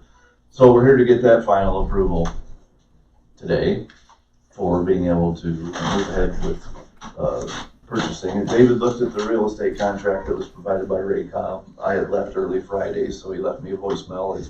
I don't know what he said. He had maybe one little tweak, but if they didn't want to change it, it wasn't any big deal. Otherwise, the contract looked good. It looks fine. The only other question I thought of, and I didn't leave in the voicemail, was I'm not in the tower business myself. You know, is the tower, you know, basically in good repair, or does it need a bunch of work? Because I do know the towers at times, you know, have metal components that need to be replaced. Right. And I did never ask you. I don't know how old the thing is. Yeah, it's not in disrepair. Shouldn't need anything major. It's a little older than our central tower that we put up in 2005, but not by much. I do know that if you were going to try to build a tower, how tall is this thing? Ish? This 300? Yeah. You know, Ours is 4. Well, ours what's is the 380. construction of a new tower? Is it 200,000+ now? Oh, yeah. You know? You're closer to $500,000. Okay, yeah. So, Yeah. I mean, it's, you know, it's a great deal. Yeah. Our Mount Auburn site, the tower itself is not of the strength to hold the equipment. We found that out during It the takes survey, the engineering study. the microwave dishes hanging off on the side to move it from one spot to the next, and the Mount Auburn tower will not support that. Plus it's on 5 acres. Yeah. So are you gonna utilize Prime this tower farmland. as well? No. That's what it's for. No. Moving forward. It's on top of the hill and they hate it. It looks, you wouldn't think, but it looks, you can see the Mount Auburn site from there, you can see Mount Auburn from there, you can see the Benton Tower from there, and you can see the Urbana Water Tower from there, and it will actually service all those areas. Yeah. On their study maps, and I can't tell you how they do it, but they're better guess than average. Their estimate is that it will give us a better service. It also comes with I'm assuming one of those concrete buildings that have the different. It's got a very small buildings. It's got a small one that we'll eventually replace, but we don't have to right away. There is a generator there that they have recommended, well, no, they didn't recommend repair. No. They just said it's worn out, you'll need to put in a new generator. It looks like a pretty good deal. Like a better than a pretty good deal. Very good. Yeah. But this is the type of claim you could deny, because they can't acquire property, Right. But it's in their budget, Yes. but they can't acquire. and their commission approved it. Right, I understand, I've touched a nerve a little bit. I didn't intend to, but there's an additional component to it, and that's they cannot acquire real estate. Right. Benton County has to own it, 911 can't, so you guys do have the final say and authority over It owning looks that like or not. you're gonna pay the price for that today. I don't think so. I mean, bottom line is, they're making us a sweet deal to give us coverage that we need. If we don't buy this one, we'll need to build one somewhere else on land we don't own yet. This gives us land and the tower in one swoop, less than market value, and it's covering where we need it to for the future. Is Heartland is it gonna be covered under E911 though, or Benton County? I just asked Nancy where all the towers are. She said they're all under Benton County General So Liability. let's make sure we have So- that on there, so.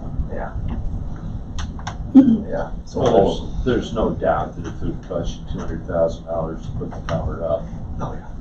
Yeah, easily. plus buy the land, plus Yeah. the building, et cetera. Engineering stuff, You know, FCC This- approval, This comes in the airport. assessed value of 37, it's not appraised. Right.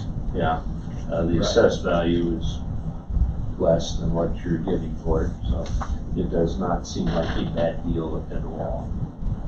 Motion to approve.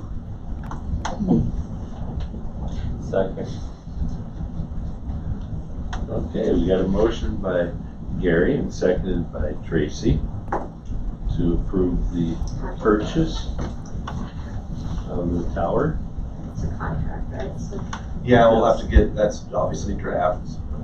Dave's fine with it, so we'll now put in dates and get them to resend it with dates filled in and everything, and then basically one of you will have to sign it once we get it. All right, all those in favor, please say aye. Aye.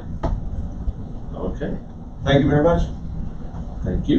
That is the last piece in the paging project.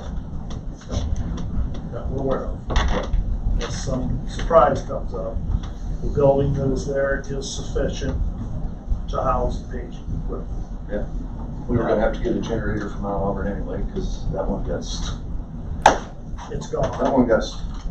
removed before it got hooked up. Somebody wanted it. I don't wanna meet the guy that did it. in that building site? Or no? From inside the fence, Inside the fence. without breaking the lock or cutting the fence. We still haven't figured that one out other than. Aliens. Whoever put it on their back and scaled the fence. Who in the county has a helicopter? Sounds like somebody would pick the lockers inside job. We don't know where it came from. I don't know where it came from. It came through secondary roads. Do you recall removing a smaller generator from anywhere? It was used. Regardless. Regardless. For that too, so. Some of that stuff, at some point we gotta put, since we already have the electrical out there. The next time I went Yeah. to In case we ever had ask that. Kendrick, how did we want to fix it? I said, we didn't get that generator. So how big a generator is out here at this site? All for all this. They're not big. No, I didn't even look at this one, to tell you the truth, because they said it was shot, so it's like, well, we knew we were gonna be buying one if we took this site, but they're not. Is it like a generator? Yeah. It's an automatic? Yeah, automatic, yeah, Let's say transfer it's box. small. Yeah, sure, yeah. Yeah. You better They're get not much. large. Thank you. Oh, Thank you, appreciate it. Ron, we need to talk about some doors sometime. Yes.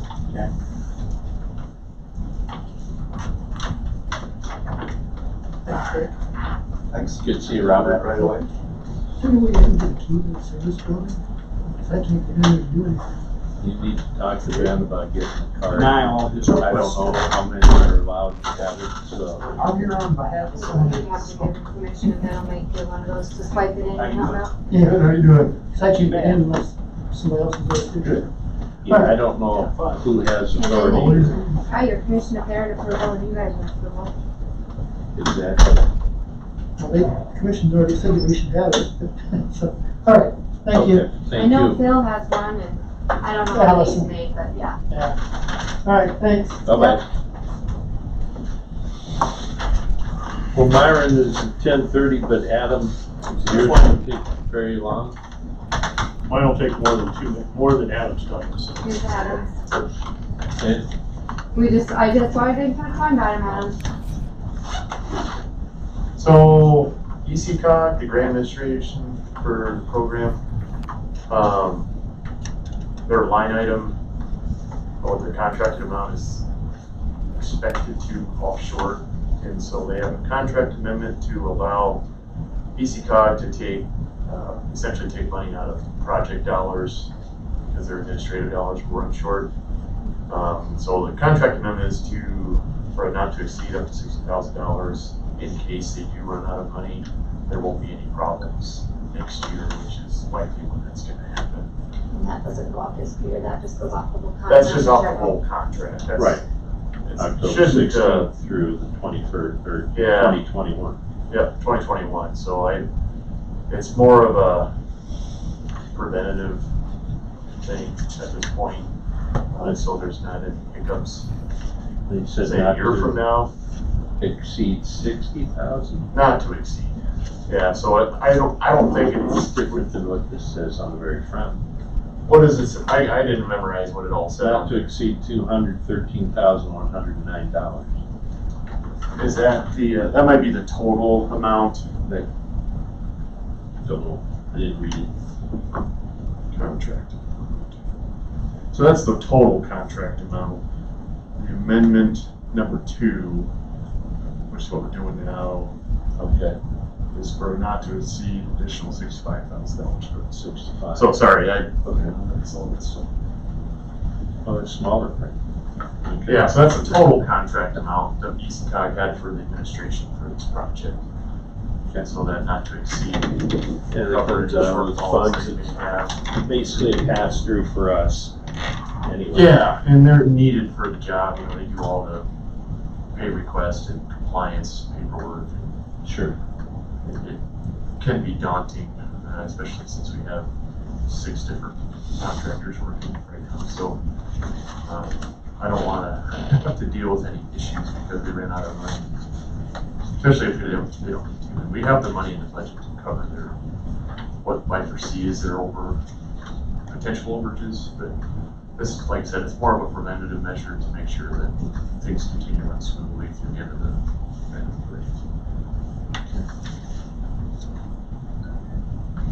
Any questions, gentlemen? Nope. Make a motion approved. Second. Motion by Tracy to approve the amendment to the service agreement between Benton County and ECOG, correct? Yep. Seconded by Gary, of course. All those in favor, please say aye. Aye. Aye. And the only other thing I have is the contracts that you guys approved for coal excavating, the bid opening, just need those signed. Yeah, you already approved them, so I just. Sure. There's 3 copies. Should be owner, so Benton County would be owner, then you as the supervisor, chairperson. And hey, if you want to stamp it or just sign it, doesn't What do you matter. want to do? Want me right in Benton County? Yeah. Contracts with Benton County. You just want to send it back to you, or you take it? So 1 copy stays with you, and then I'll take the other 2 copies. One will be mailed to the engineer. What's it? Return 2 copies to the engineer and 1 stays here.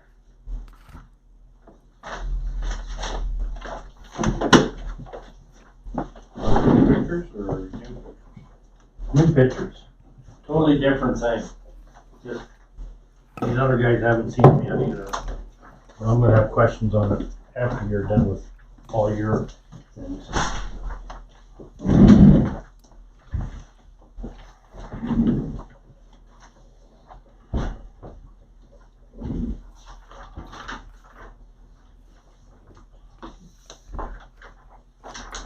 Anything else, Adam? Nope, that's all I have. Myron, thank you for letting us squeeze Adam in there. Sure.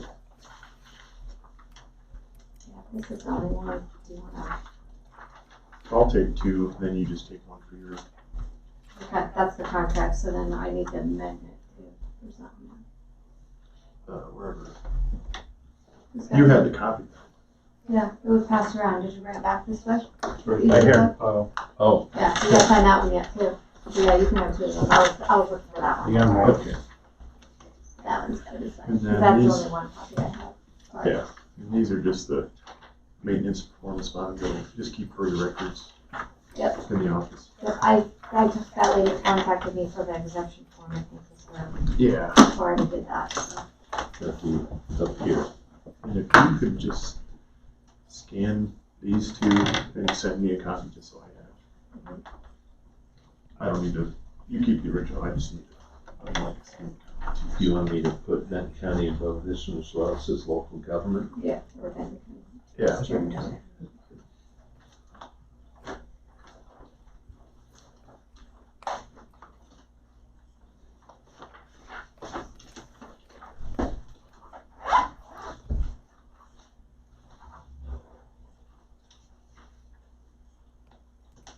And I think you'll, Yeah, once you get the contractor signature, then I'll get a copy. oh yeah, you take that easy copy. Yeah. So, I don't need that right now. I have enough trouble with one cell phone, you got two. Personal and work.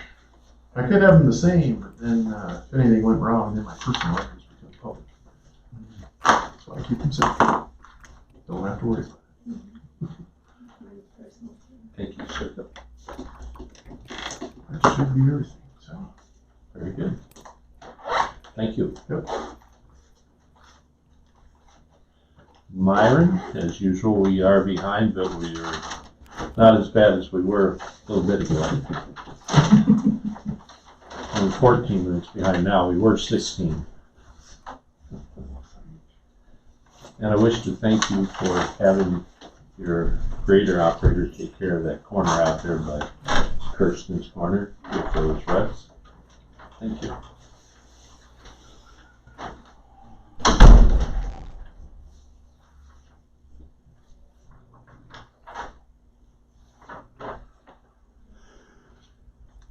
North edge, north of Blairstown, just barely. Bridge crosses Prairie Creek. From when the DOT had that bridge, I think in the early mid-80s, I'll be wrong on the exact date, but they put an 1.5 inch overlay on that bridge deck. That concrete overlay that's on top of the old deck is losing its bond, and there's getting to be more and more of that deck, more and more of that bond that's loosening up.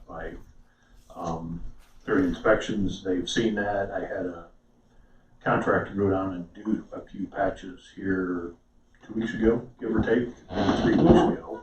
One of their patches broke loose about 2 weeks ago, maybe a little less than that. Might have been a week and a half. Then I was, Tice called us, I think, on Friday morning.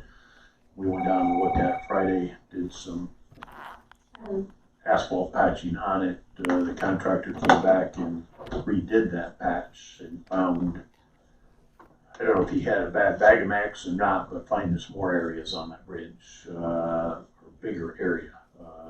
They tried to fill some of that void. Actually, it appeared that that overlay had actually swelled or bubbled up over top of the existing deck. And tried to fill some of that void with some really watered down concrete. But I had been working in the 5-year plan about doing a rehab job or putting a new deck on that bridge. After learning that, actually I told to keep moving forward on that, that maybe we want to get that attacked sooner than later. But it does qualify to use SWAP funding for that project. So what I have and need approval on is to utilize the SWAP funding for the deck replacement on that bridge, and get that into the system so it's got its right SWAP federal. It's federal, but a SWAP DOT project number, and can get into the system and try to get that developed and let out to contractors here either this winter or late fall. Good. There's a lot of traffic on the bridge. Yeah, definitely. So we need a motion to approve. Your hometown. So moved. Second. What was that? It's his hometown, so. Oh, They only go across that bridge about 15 times a day. well, Gary made the motion, Tracy seconded, all those in Hopefully favor. when the decks get replaced. please say aye. Where are you gonna route the traffic? Marked.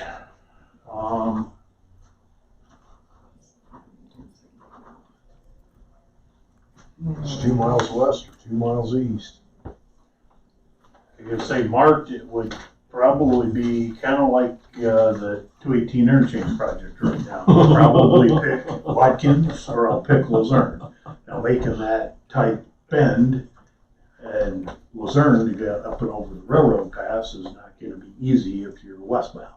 It's not great when you're southbound wanting to go east either. That Watkins would be probably the more likely choice, but it's going to be like locals going for whichever direction you're going to be seeing both be used. And certainly one of those 2 Rock Road routes will get some heavier use too, but I will mark it on the paved route. We all know what's going to happen, you know, it's inevitable. Well, on the west side, there's only one gravel road between Blairstown and 30. The rest of them are dirt. So it's gonna put a lot of pressure on that gravel road. Stand by for some desk complaints. Probably. USA Communications has the Coon Creek telephone exchange area. Last year, they were working on doing things north Blairstown. I think they got the fiber all in your neighborhood, Gary, or some of it. I don't know if they got it all done or not. I know the emphasis right now is getting to Luzerne, working in Blairstown, I know right now, and catching the southern part of the exchange area. I know it goes into Iowa County a little bit too, but I don't know if they got it all done on the north end. I did include Union and El Dorado counties, townships when I put it on the agenda, but primarily it is from Luzerne to 25th Avenue, from basically the pavement south to the county line. Yeah, that worked out really great. Okay, is there a motion to approve that utility permit for USA Communications? So moved. Okay, Second. all right, get that down. It's Tracy making that motion, Gary seconded. Second to that. All those in favor, please say aye. Aye. You got that done right before this coronavirus happened. Now Susie's working from home. Don't forget Oh, really? to put your opinion. We got 3 computer screens up and all that crap. Not last week's, we just learned. What's that? Actually, Yeah. Oh, it wasn't on there? Oh, so she'll come out and give it to me? Yeah. They got Oh, but this one I don't need to have right, so, no, sorry about that. Last week was the kind It was just a Oh, so she'll go out and get it. I need her date on here. Yeah. Talk to Better her. service out of the farm than we do in town.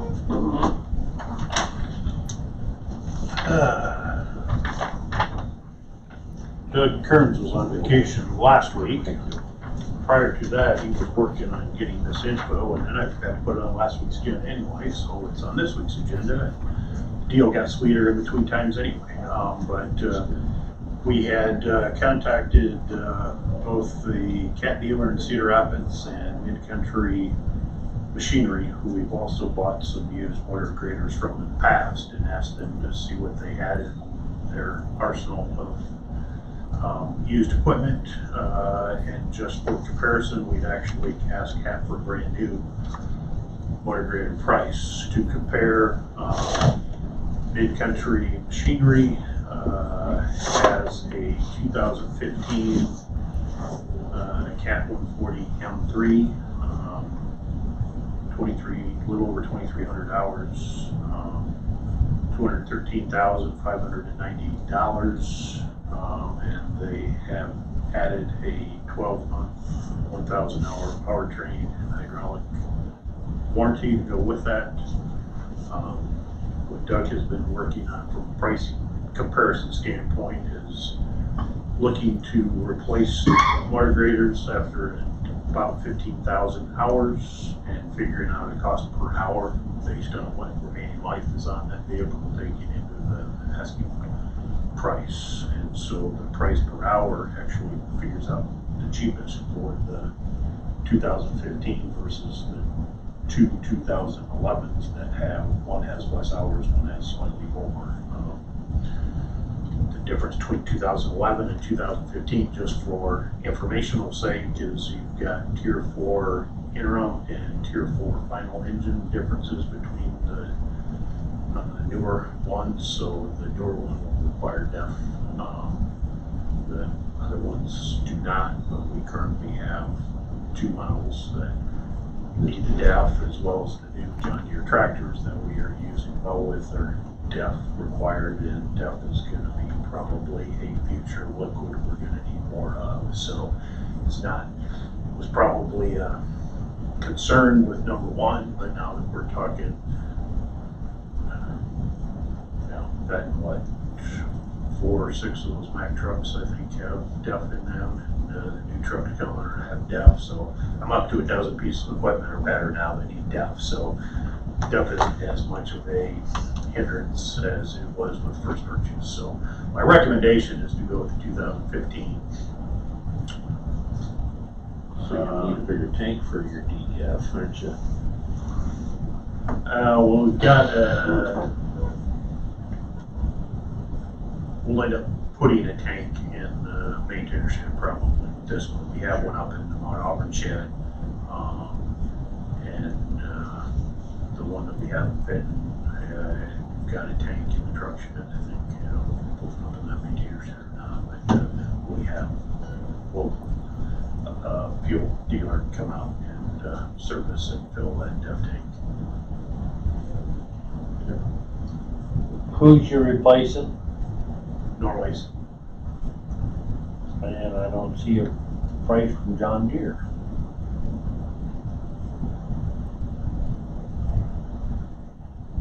We've been happier with CAT equipment, so from a used standpoint, we just contacted those and asked for a CAT price. You were having some transmission problems with the capsule, weren't you?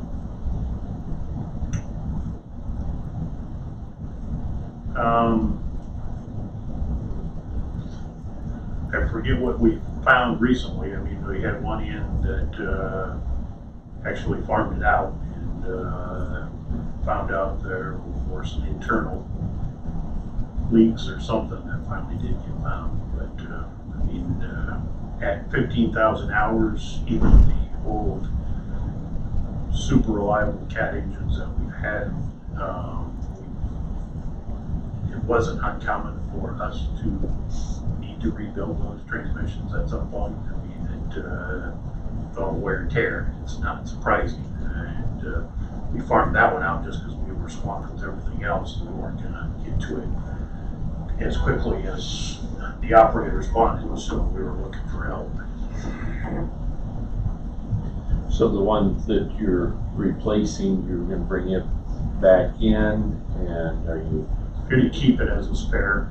It's got some engine issue that we haven't found, but it still works. It smokes pretty heavily, and I think it would be better to keep still as a repair, as a spare if needed, as needed, and get rid of. Oh, I think it's the oldest one in the fleet, but the one that the grader crew uses right now, which was one that I think was in Garrison a long time ago.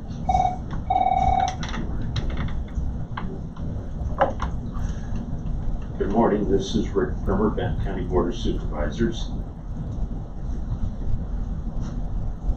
Good, Dave?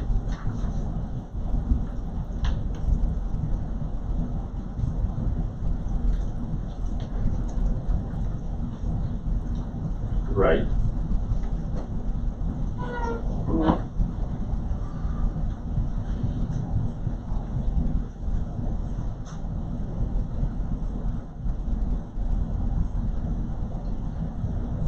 Okay. I would say we've had more problems with John Deere water graders than we've had Cat water graders. Really? Although That's correct. that John Deere, all seems to think that one's running pretty good. I don't know. Okay. Next time, tell Doug get some Oh, you- bids on yes. used John Deere's too then, all right? Most definitely. Just for Yeah. curiosity. You can attend any meeting, they're public. But if you're on the agenda, you, And I don't know no, how many of them are out there. I mean, we get new price too, Yeah, but for you'll comparison, I don't know have how to tell many them, depending on new what it John is. Deere's are out there. I You know, know you get on Caterpillar the agenda, does that's a something that a will lot of leasing. be down there with the security. We've We'll just been tell them. successful in And catching right now, you have to wear a mask, but that that's, once it comes off that lease. so, okay. Some places in neighboring Is states. there anything else, sir? There are township machines that don't see Okay. 1,000 hours a year like we do. They see 250 to 500 a year, and so. And I think you that's get very over 5 wise. or 7 year Very, lease, very wise. Yep. Okay. All right. Those two Sounds good, sir. 2011s. I'll pass the word on to Tracy. 2000, one's got 2,400 Okay. hours. You know, Take care. Bye-bye. 9 years old.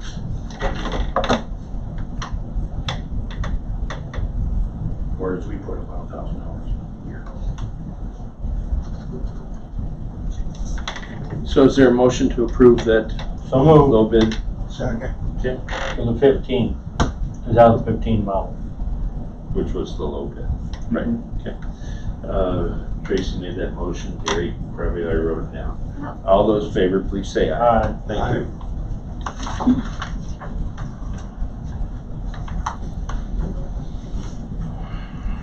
Last week they talked about the 4 bundled projects, and you signed the plan sheets for one of those 4. The one by Jeff Eggers. The one north of Hummel's Curve, up here, if I recall, it was what we signed. The other 3, north of Luzerne, just there this morning, 2 miles right at the intersection of 75th Street and 16th Avenue, just north of that intersection. There's a very short span bridge right now that's got mild weight limit on it, if I recall right. Truck at a time.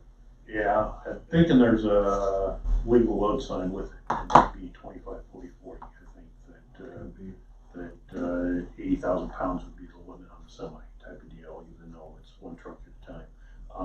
To replace that bridge with a twin 12x6 box culvert. Planning to let that in the October letting, and all that stuff needs to be turned in less than a month. And so what I've got is the title sheet to get signed by all 3 board members. So moved. And this is for the one in Leroy, Correct. correct? Okay. Yep. All right. Second. Okay. Gary made that motion, Tracy seconded. All those in favor, please say aye. Aye. Aye. Trying to stick to the order on the agenda. You're doing well. Copy and pasted from Seen your you sneak email. by this morning. Hmm? I seen you sneak by this morning. I didn't try to sneak. I didn't go by. Yeah, I see it was a complete cut and paste because I was trying to figure out why you with habilitation when I was thinking rehab. Oh, I'm like, it was a cut and paste. yep, it was. Meant to be rehabilitation, Oh. but. Yeah, I didn't catch it either. Oh well. The third bridge out of 4, or the second one out of 3 today is in Canton Township. It would be just around the corner from the one we built 2 years ago, I think it is, but on 30th Avenue Drive, right by Villa Caminga. We did the one just east on 62nd Street. This one would be just south of that, 200 feet on 30th Avenue Drive. Forget what that bridge is. It's probably 50 or 60 feet long right now, replacing it with a 100-foot long bridge. Is there a motion to approve that? Moved. Second. Motion by Tracy, seconded by Gary. to approve that bridge replacement. Canton Township, all those say in favor, please say aye. Aye. Tongue tied. Is that the one? Can I get the That's quite a project number off bridge. of those ones? 100 Yeah, feet 100 long. foot. Should be pretty close to the same size as the one that's right around the corner. The one around the corner is maybe 90, but I was thinking it was the same size. And, or close to it. I can't remember now if this one might be a little longer because it might be skewed a little bit. And when you skew those bridges, you lose a little bit of the capacity going through them. So a lot of times you've got to kick it to the next size or two sizes bigger, depending on the skew angle. Utilizing standards that have already been developed. Does that need to be dated down below? Probably. Okay. Do that. All right. That one. Okay. Please. Last title sheet that I have is out here by the sand pit. Just before you cross the railroad tracks on 22nd Avenue, was going to be another bundled bridge project. It's an old concrete slab there right now. Proposing to replace it with a 70-foot new slab. With the way that water flows through there and the railroad tracks, the height of the new bridge will not change much from the old one. So Really? it'll still overtop at times, just Yeah, for it does. info. I Yeah. mean, to build it up, match the railroad design calculations, engineering wise, I think we would increase the chance of causing troubles with the railroad. Talked to the DOT about putting a bridge in that would still allow it to overflow at times, and they were okay with that, utilizing this foot. So, there might be 6 inches of difference type of deal, but it's still gonna potentially overtop. I mean, the north side of the railroad tracks to the intersection is still flat anyway, so you're not gaining anything. No, that If you'd have floods it. built the bridge up on the south side of the tracks and did nothing on the north side of the tracks, and to try to raise that road up and make it fully accessible with all potential rainfalls would be more costly, and I think that it would benefit. So is there a motion to approve the bridge replacement? Cedar So Township. Second. Okay. Gary made the motion and Tracy seconded. All those in favor, please say aye. Aye.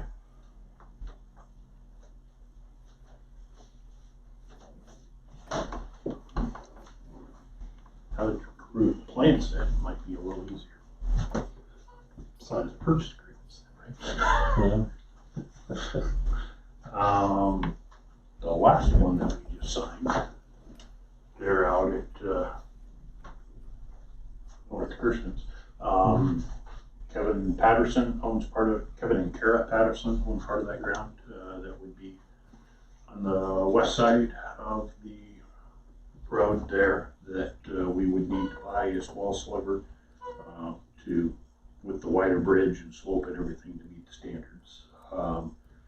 6 1/100ths of an acre of permanent easement and 6 1/100ths of an acre of temporary easement. Ben's research on land sales for the last year. Non-tillable kind of pasture type ground was $4,000 an acre is what he was using. So $240 for the permanent easement, $48 for the temporary easement. So a grand total of $280 to the Patterson family for $288. What'd you say that was for acres? Wait, what? 0.06 for both permanent and temporary. So I have a purchase agreement that Kevin and Kara Patterson have already signed and had notarized. I need the chair's signature to be notarized and approval to. I'll move. Second. Tracy made the motion to approve the purchase agreement for temporary and permanent easements for the Cedar Township Bridge replacement and to authorize the signature. Tracy made the motion, Gary seconded, correct? All right, all those in favor, please say aye. Aye.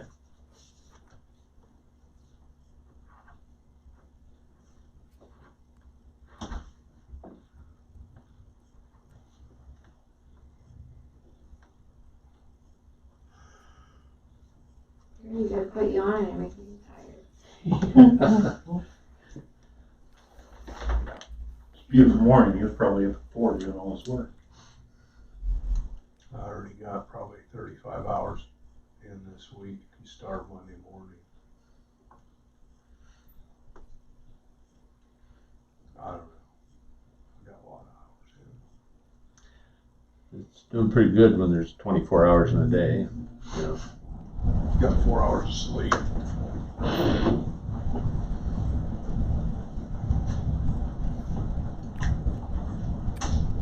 Yeah, probably not quite that much.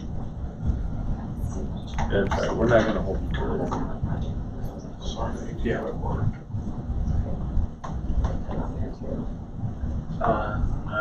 Bridge on 24th Avenue Drive up here north of Hummels that we signed last week.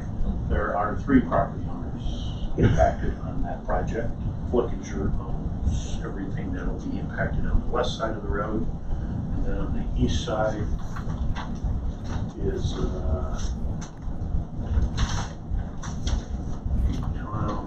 Ace,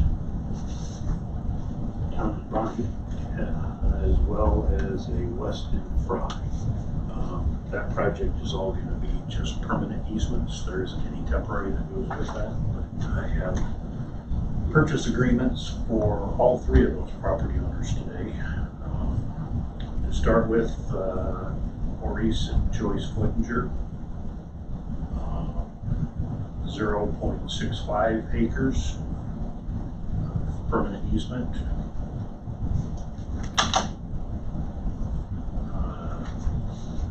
Factors out usually the same $4,000 per acre price, $2,600 for the permanent easement.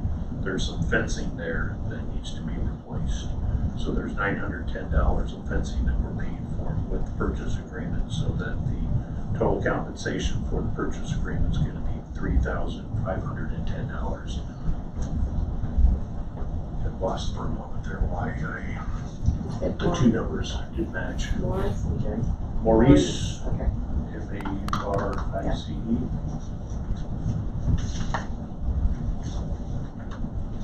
You need to do these individually, don't you? Yes. Okay. We'll get a motion for that permanent easement purchase then. So moved. Second. And you got that? All right. All those in favor, please say aye. Aye. Aye.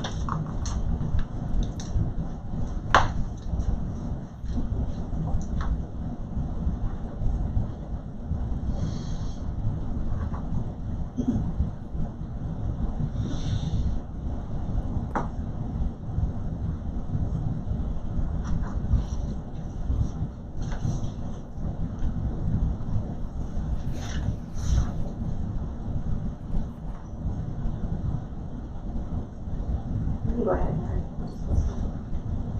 That was 6/10 of an acre, 6. 6.5. Half acre. A little over half an acre.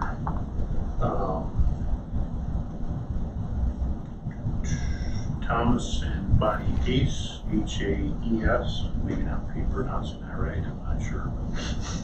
On the east side is 0.1 acres. This is $420 or $4,000, or slightly more on that. There was, I think based on the survey, the numbers came out slightly different, but the pricing, leaving it at what was originally submitted to them, $520 for that small sliver of ground on the east side. Wait, what was it? 1/10 of an acre, $520 total. So moved. Second. Tracy made the motion to purchase the permanent easement. Is that pronounced Haas? Maybe. H-A-E-S. Well, Ben's met with him 3 times or twice, I think, and he keeps saying Hayes, so I would Hayes. imagine that if he's talked to them, It's although probably he more hesitates. right than wrong, no? Yeah. All those in favor, please say aye. Aye. There again, talking first name basis or being there in the room, that may be just Tom Bunny and nothing more is said too, so. And then the other property owner impacted on the east side of the road on that same project would be Weston Fry. And he's corrected, acres is actually 0.14. And $720 is what the purchase agreement was for him. Move. Second. Okay. Tracy made the motion. Gary seconded for that purchase agreement, permanent easement with Weston Fry. All those in favor, please say aye. Aye.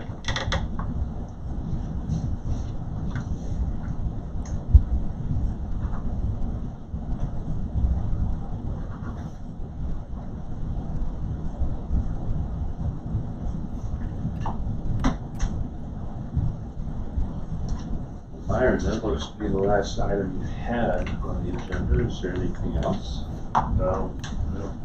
Tracy's got something here. I was just gonna comment. I know when you had the budget amendment, I put in an amendment for additional rock cost and hauling. Still working on placing that right now. We started in Belle Plaine area yesterday. I mentioned that only, Brady's on vacation this week, so my trip to work this morning was directly to Belle Plaine first to get yesterday's rock tickets, and then I came back and was kind of looking at a utility, see how things were looking at 25th Avenue. Tracy caught me driving on 25th Avenue this morning, so I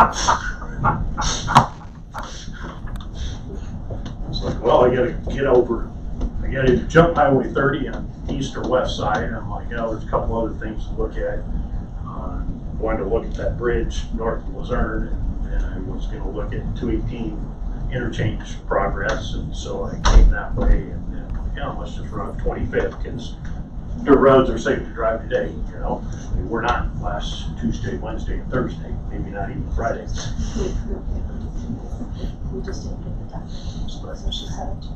Probably be hauling in Belle Plaine through Thursday, probably. Oh, really? And move to Keystone and head to Van Horn.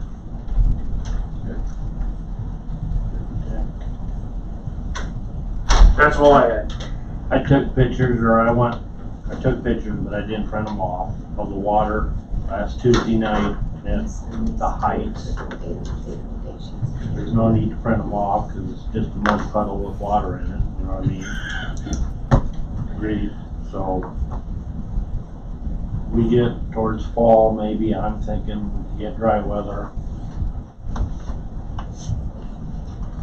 Okay. Did you, by chance, get a transit on that? No, I did. Well, see, there's water standing there, enough said. I don't know if Randy tried or not, or if he just eyeballed it, he's guessing. I'm pretty sure that the outlets are higher than the bottom of the. It was running to the north. But I don't think there is a lot of fall. No, I don't, but it was still running to the north. But I mean, I understand, like, if you fill them mud holes in, you still, I think, would have fall to the north. Actually, even if you got in there, if it was dry, well, they could do it, in my opinion, till it, and then level the ground out after you till it with a rototiller. Would beside the point. Well, this was a question that was raised to me Friday, the pictures I showed you. I'll let these guys look at them. If I may back up with this, did you then get back with Ramona and Steve? Yeah, I talked to them. Good. Yeah. And they were happy? No. Well, I mean, it's hard to do that. Okay. So, okay. These are pictures. Okay.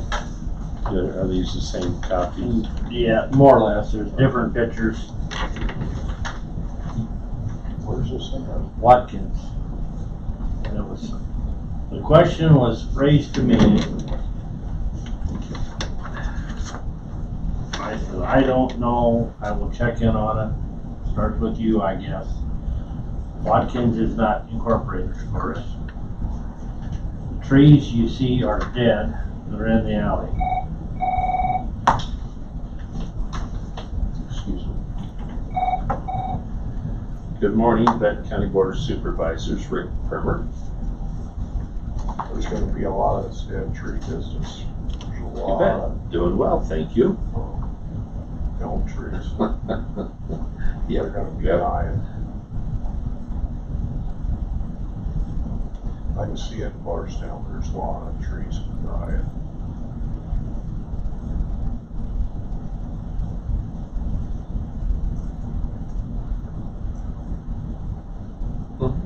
Correct. Correct. This Dutch elm disease is a bad deal. So the question is, the three big ones, Okay. they're in the alley, east of the bank, that alley.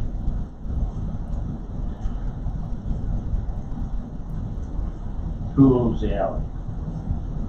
That's one question. And how wide is the alley? Sure. I said usually an alley 16 feet wide, usually, Okay. rule of thumb. And this is 15 or used in 15 and a half, services. depending on how it's split. Right. Sometimes it's a rod, sometimes it's 16, you know. Right, Oh, okay. right. Okay. So then, I see. All right.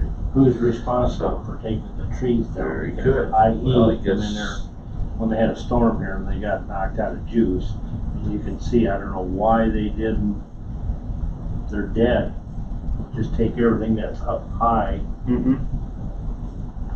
so that's a lion. well, I would imagine what they would want to do is contact the auditor's office and then. So that was the question that raised go me with is the county attorney who's for, responsible for the trees? you know, rental. Is it Benton County?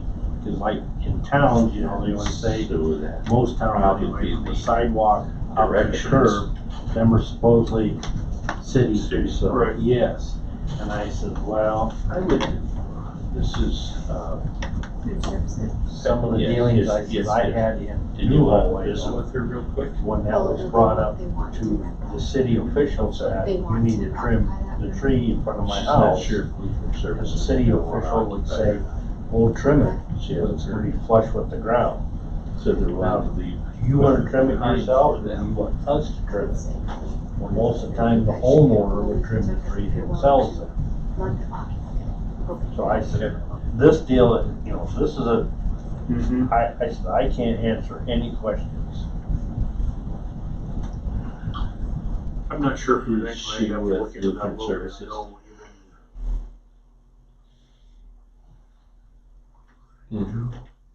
Oh, okay. Sure, okay. one like you said, because it's All right, not incorporated by default. And if you Uh, wish to have them contact Public myself, street I'll give and you my alleys, cell I phone mean, you number. had to take Okay. Southside When you're ready, Watkins, where, All right, it's a 319 area code, of course. 360-0055. Crane Bin Builder Storage, Yeah, can't think Okay. of his name right Bill now. Ballard. Ballard. It Okay. came before the board. Sure, petition and to if I have need to that give him a alley call, closed, just so give me we a can number. utilize Okay. it, Very good. for his Thank you. business there, All right, and take then care. only Bye-bye. county action to close, abandon that alleyway. Possibly. So I would think you guys would have to decide if you wanted to let them put in the building. Sure. You know, we've had that in a couple other places too, where at least from No, I an think so. abandoned closure standpoint with some alleys because think of so. being I was unincorporated like, well, that's in good. county And it action. was So I think that's why we have. Right, mountain, that's not good. A question or an answer response similar to Newell's might be is that maybe we'll get to it, but it might be 2025 before we're available to go down there. I don't know. get too many structures around, they say what Alliant has is usually a hired tree service, and they're limbing things and working around, accustomed to working around buildings. Secondary roads are used to dropping the whole tree right on its spot, and are not ones that typically limb things out and are experienced in making trees fall in the direction that they need to based on buildings close by. So obviously I missed most of the conversation, Okay. but the trees need to come down. They're dead. See, Yes, they're, I see they're, that. they're dead, Yeah. and you can see where Alliant, they had some wind issues here a month or so ago, it come down and nailed the power lines. Well, then when Alliant come out and patched the line back up, you can see they just butchered some of the dead stuff. I don't know why they weren't smart enough to whack everything off high. So whose property is it on? That's what I'm trying to find out. Who's the property owner? It's the county, it's an alley. It's unincorporated, so Watkins is not incorporated. without looking in the plat book, we can go check though. Sometimes, depending on Not how sure it's how described. wide the alley would be, or if it's an alley that's plotted, or what. Yeah, see, I we mean, don't know. So this may actually be a property owner. Most alleys are 16 feet or If it, 16 and a what I'm half. stating is if it is an actual alley, if it's not, an incorporated community, which it's not, the city don't own it. I mean, is there something that's really an alley, or is it just something they've been using like an alley? No, it's probably an alley. Watkins was platted out as a town at one time, and there were, lot sizes and alleys that went between them. And if there's no action to abandon, close activities for those, they probably technically still exist. But a couple angles of those pictures, I don't know. Is it in the alley or not? There might be. Well, see, the one I got there with the phone box, and then I tried to explain it to him. I says, well, that's a new box, so I'll guarantee the new line does not run underneath them dead trees. Which is this photo here. Yes. And they're saying that phone box has got to be on. The right of way, obviously. Yes. So when you look at that, then you look at the dead trees, they're in the easement. I understand where they're coming from, but I said, I can't answer any questions. I don't have a clue. Mm-hmm. This was new to me.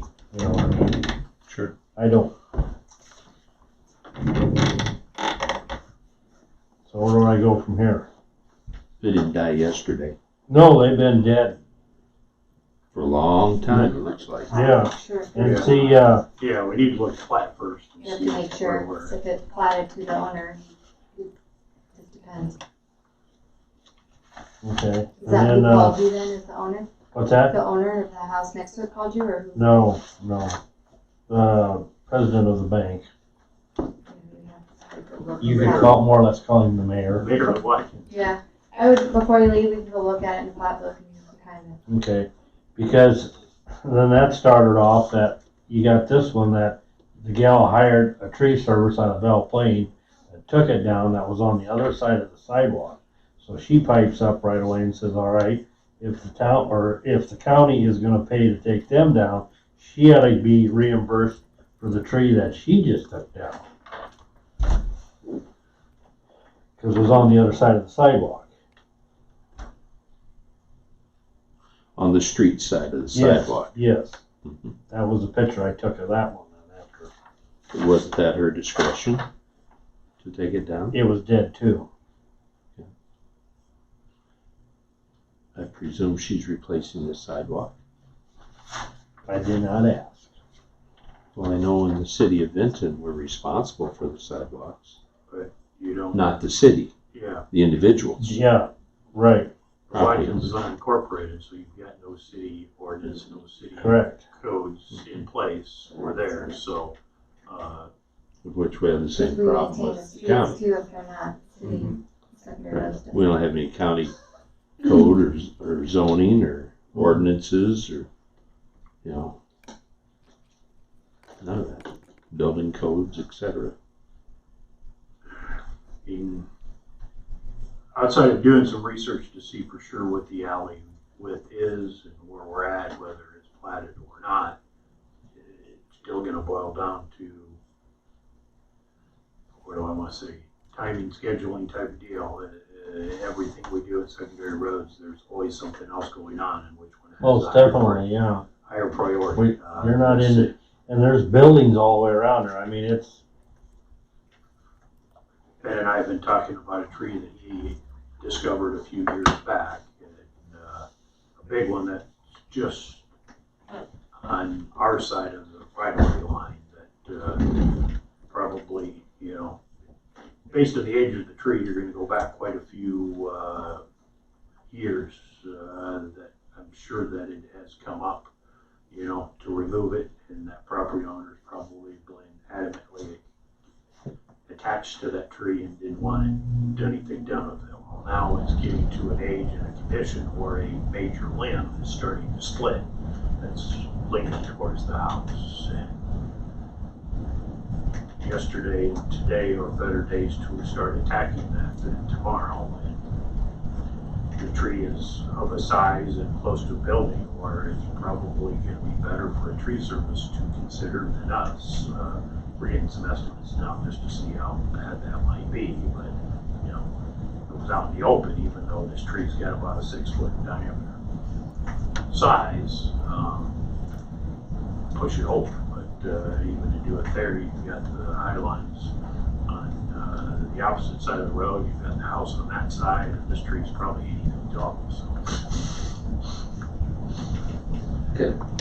Well, I think the first step is finding out about the properties. And just because there's a utility box there doesn't mean that it's in the right spot. So, I'll check across the road here, or all. anything else? Gary? They're coming on 30, good.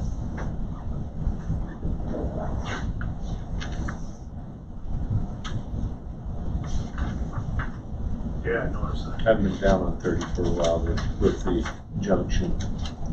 So I would usually go east to west and hit 30 that way. Well, they had all that rain here last week, Tuesday and Wednesday. It kind of made me chuckle that there was a cement plant sitting there on a dirt road.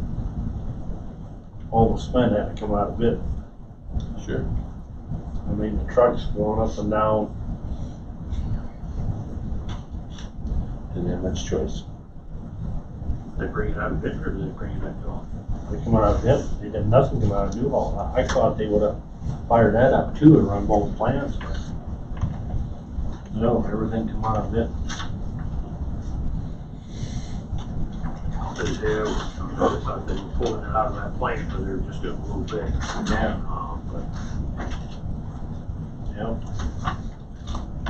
I noticed it hasn't been too many days in between this morning and when I was last there. They had done between the two pavements on 23rd. They were pouring that yesterday. Okay. Well, it was yesterday morning you came up there because I was looking at it because they asked me how I wanted that dirt road put back a little bit here a week ago or so. And then we got all that rain and I'm like, there's no way I'm gonna go look at that dirt road Tuesday, Wednesday, or Thursday. And Friday I was questioning it, but Monday morning I decided after stopping at Blairstone shed, I'll just run up that and take a look at it. Actually, there's one spot in it where the water's running across the road. Pretty muddy, just in that little bit of water that's running on your road. And they had that intersection blocked. I couldn't go straight through it. Yeah, I went by about 9 o'clock, come back from Luzerne yesterday morning, and they were just starting to pour. And they were pouring out with trucks too. Not dump trucks, but.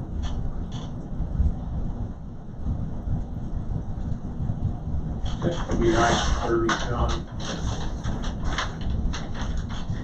Yeah. When are they gonna start on that viaduct?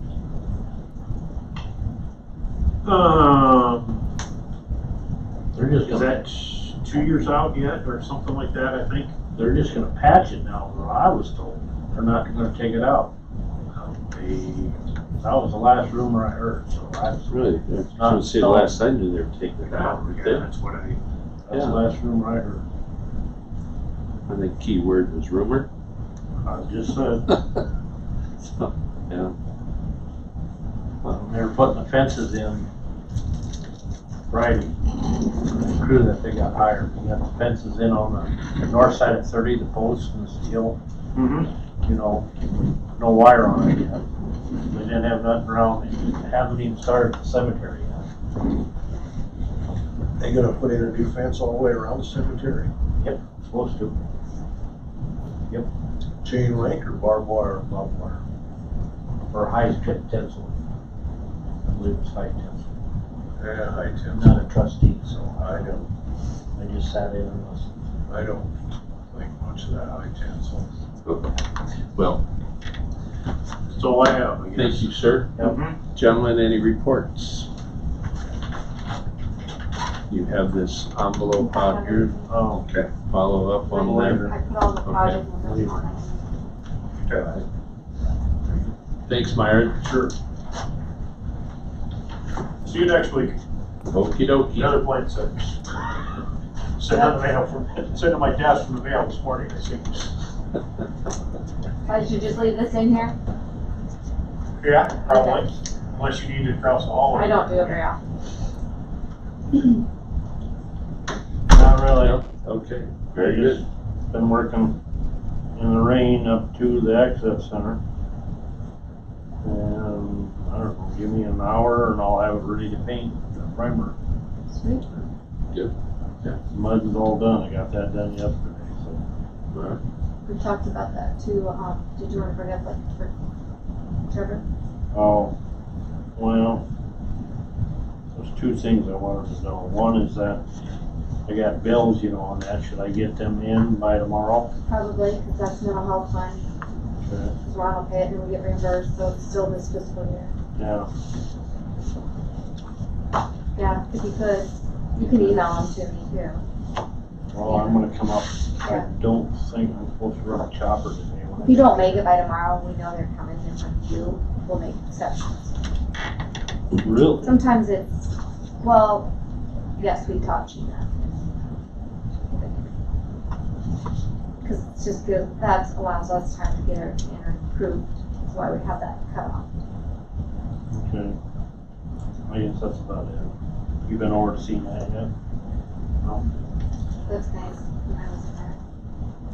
You're all gonna want it. That's what I said. We gotta turn in our mileage too, don't we? Yes, if you want, I had this fiscal year. Mona, she come up there yesterday. She got to see it. So that might be something for next Oh, that week's was- agenda too about that. I could bring them guys up there and that.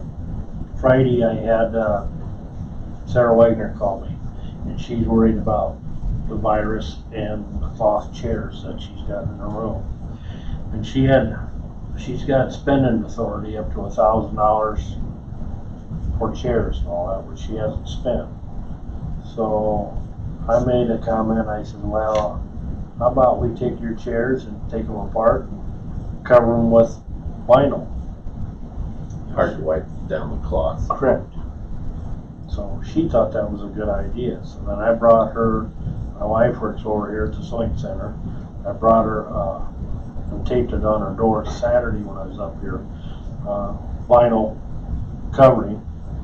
And then she come up yesterday, come down the hall when I was working there, and she says that would be great. So I ended up taking 2 chairs home yesterday afternoon that were in the hallway. Took them home, and then I took them apart, and my wife brought 6 yards of that material home, so we're gonna cover them. I think I can give them, what was the bill, $70? That's enough to cover 6 chairs. Wow. So that's a lot cheaper than buying. Oh, gosh, yes. Yeah. Huh. So Cool. All right. So do you wanna put on the agenda or anything like that next week about that office space that's gonna be vacant then? I'd like to In case see, we research beforehand, so we're covered. I'd like to know what's going on. It sounds like, they've got, this Lutheran Services is interviewing some of the people from Horizons, so, So it could be some of the same staff, but yeah, I think let's just wait. that's fine. Like I said, I'll have to worry about, what meeting I talked about if we have to, put that on the agenda I or, was surprised that it's happening. yeah. She hasn't been talking. Is there a motion to adjourn? Motion. Second. All those in favor, please say aye. Aye, aye. Aye. Push this button. Stop, yeah.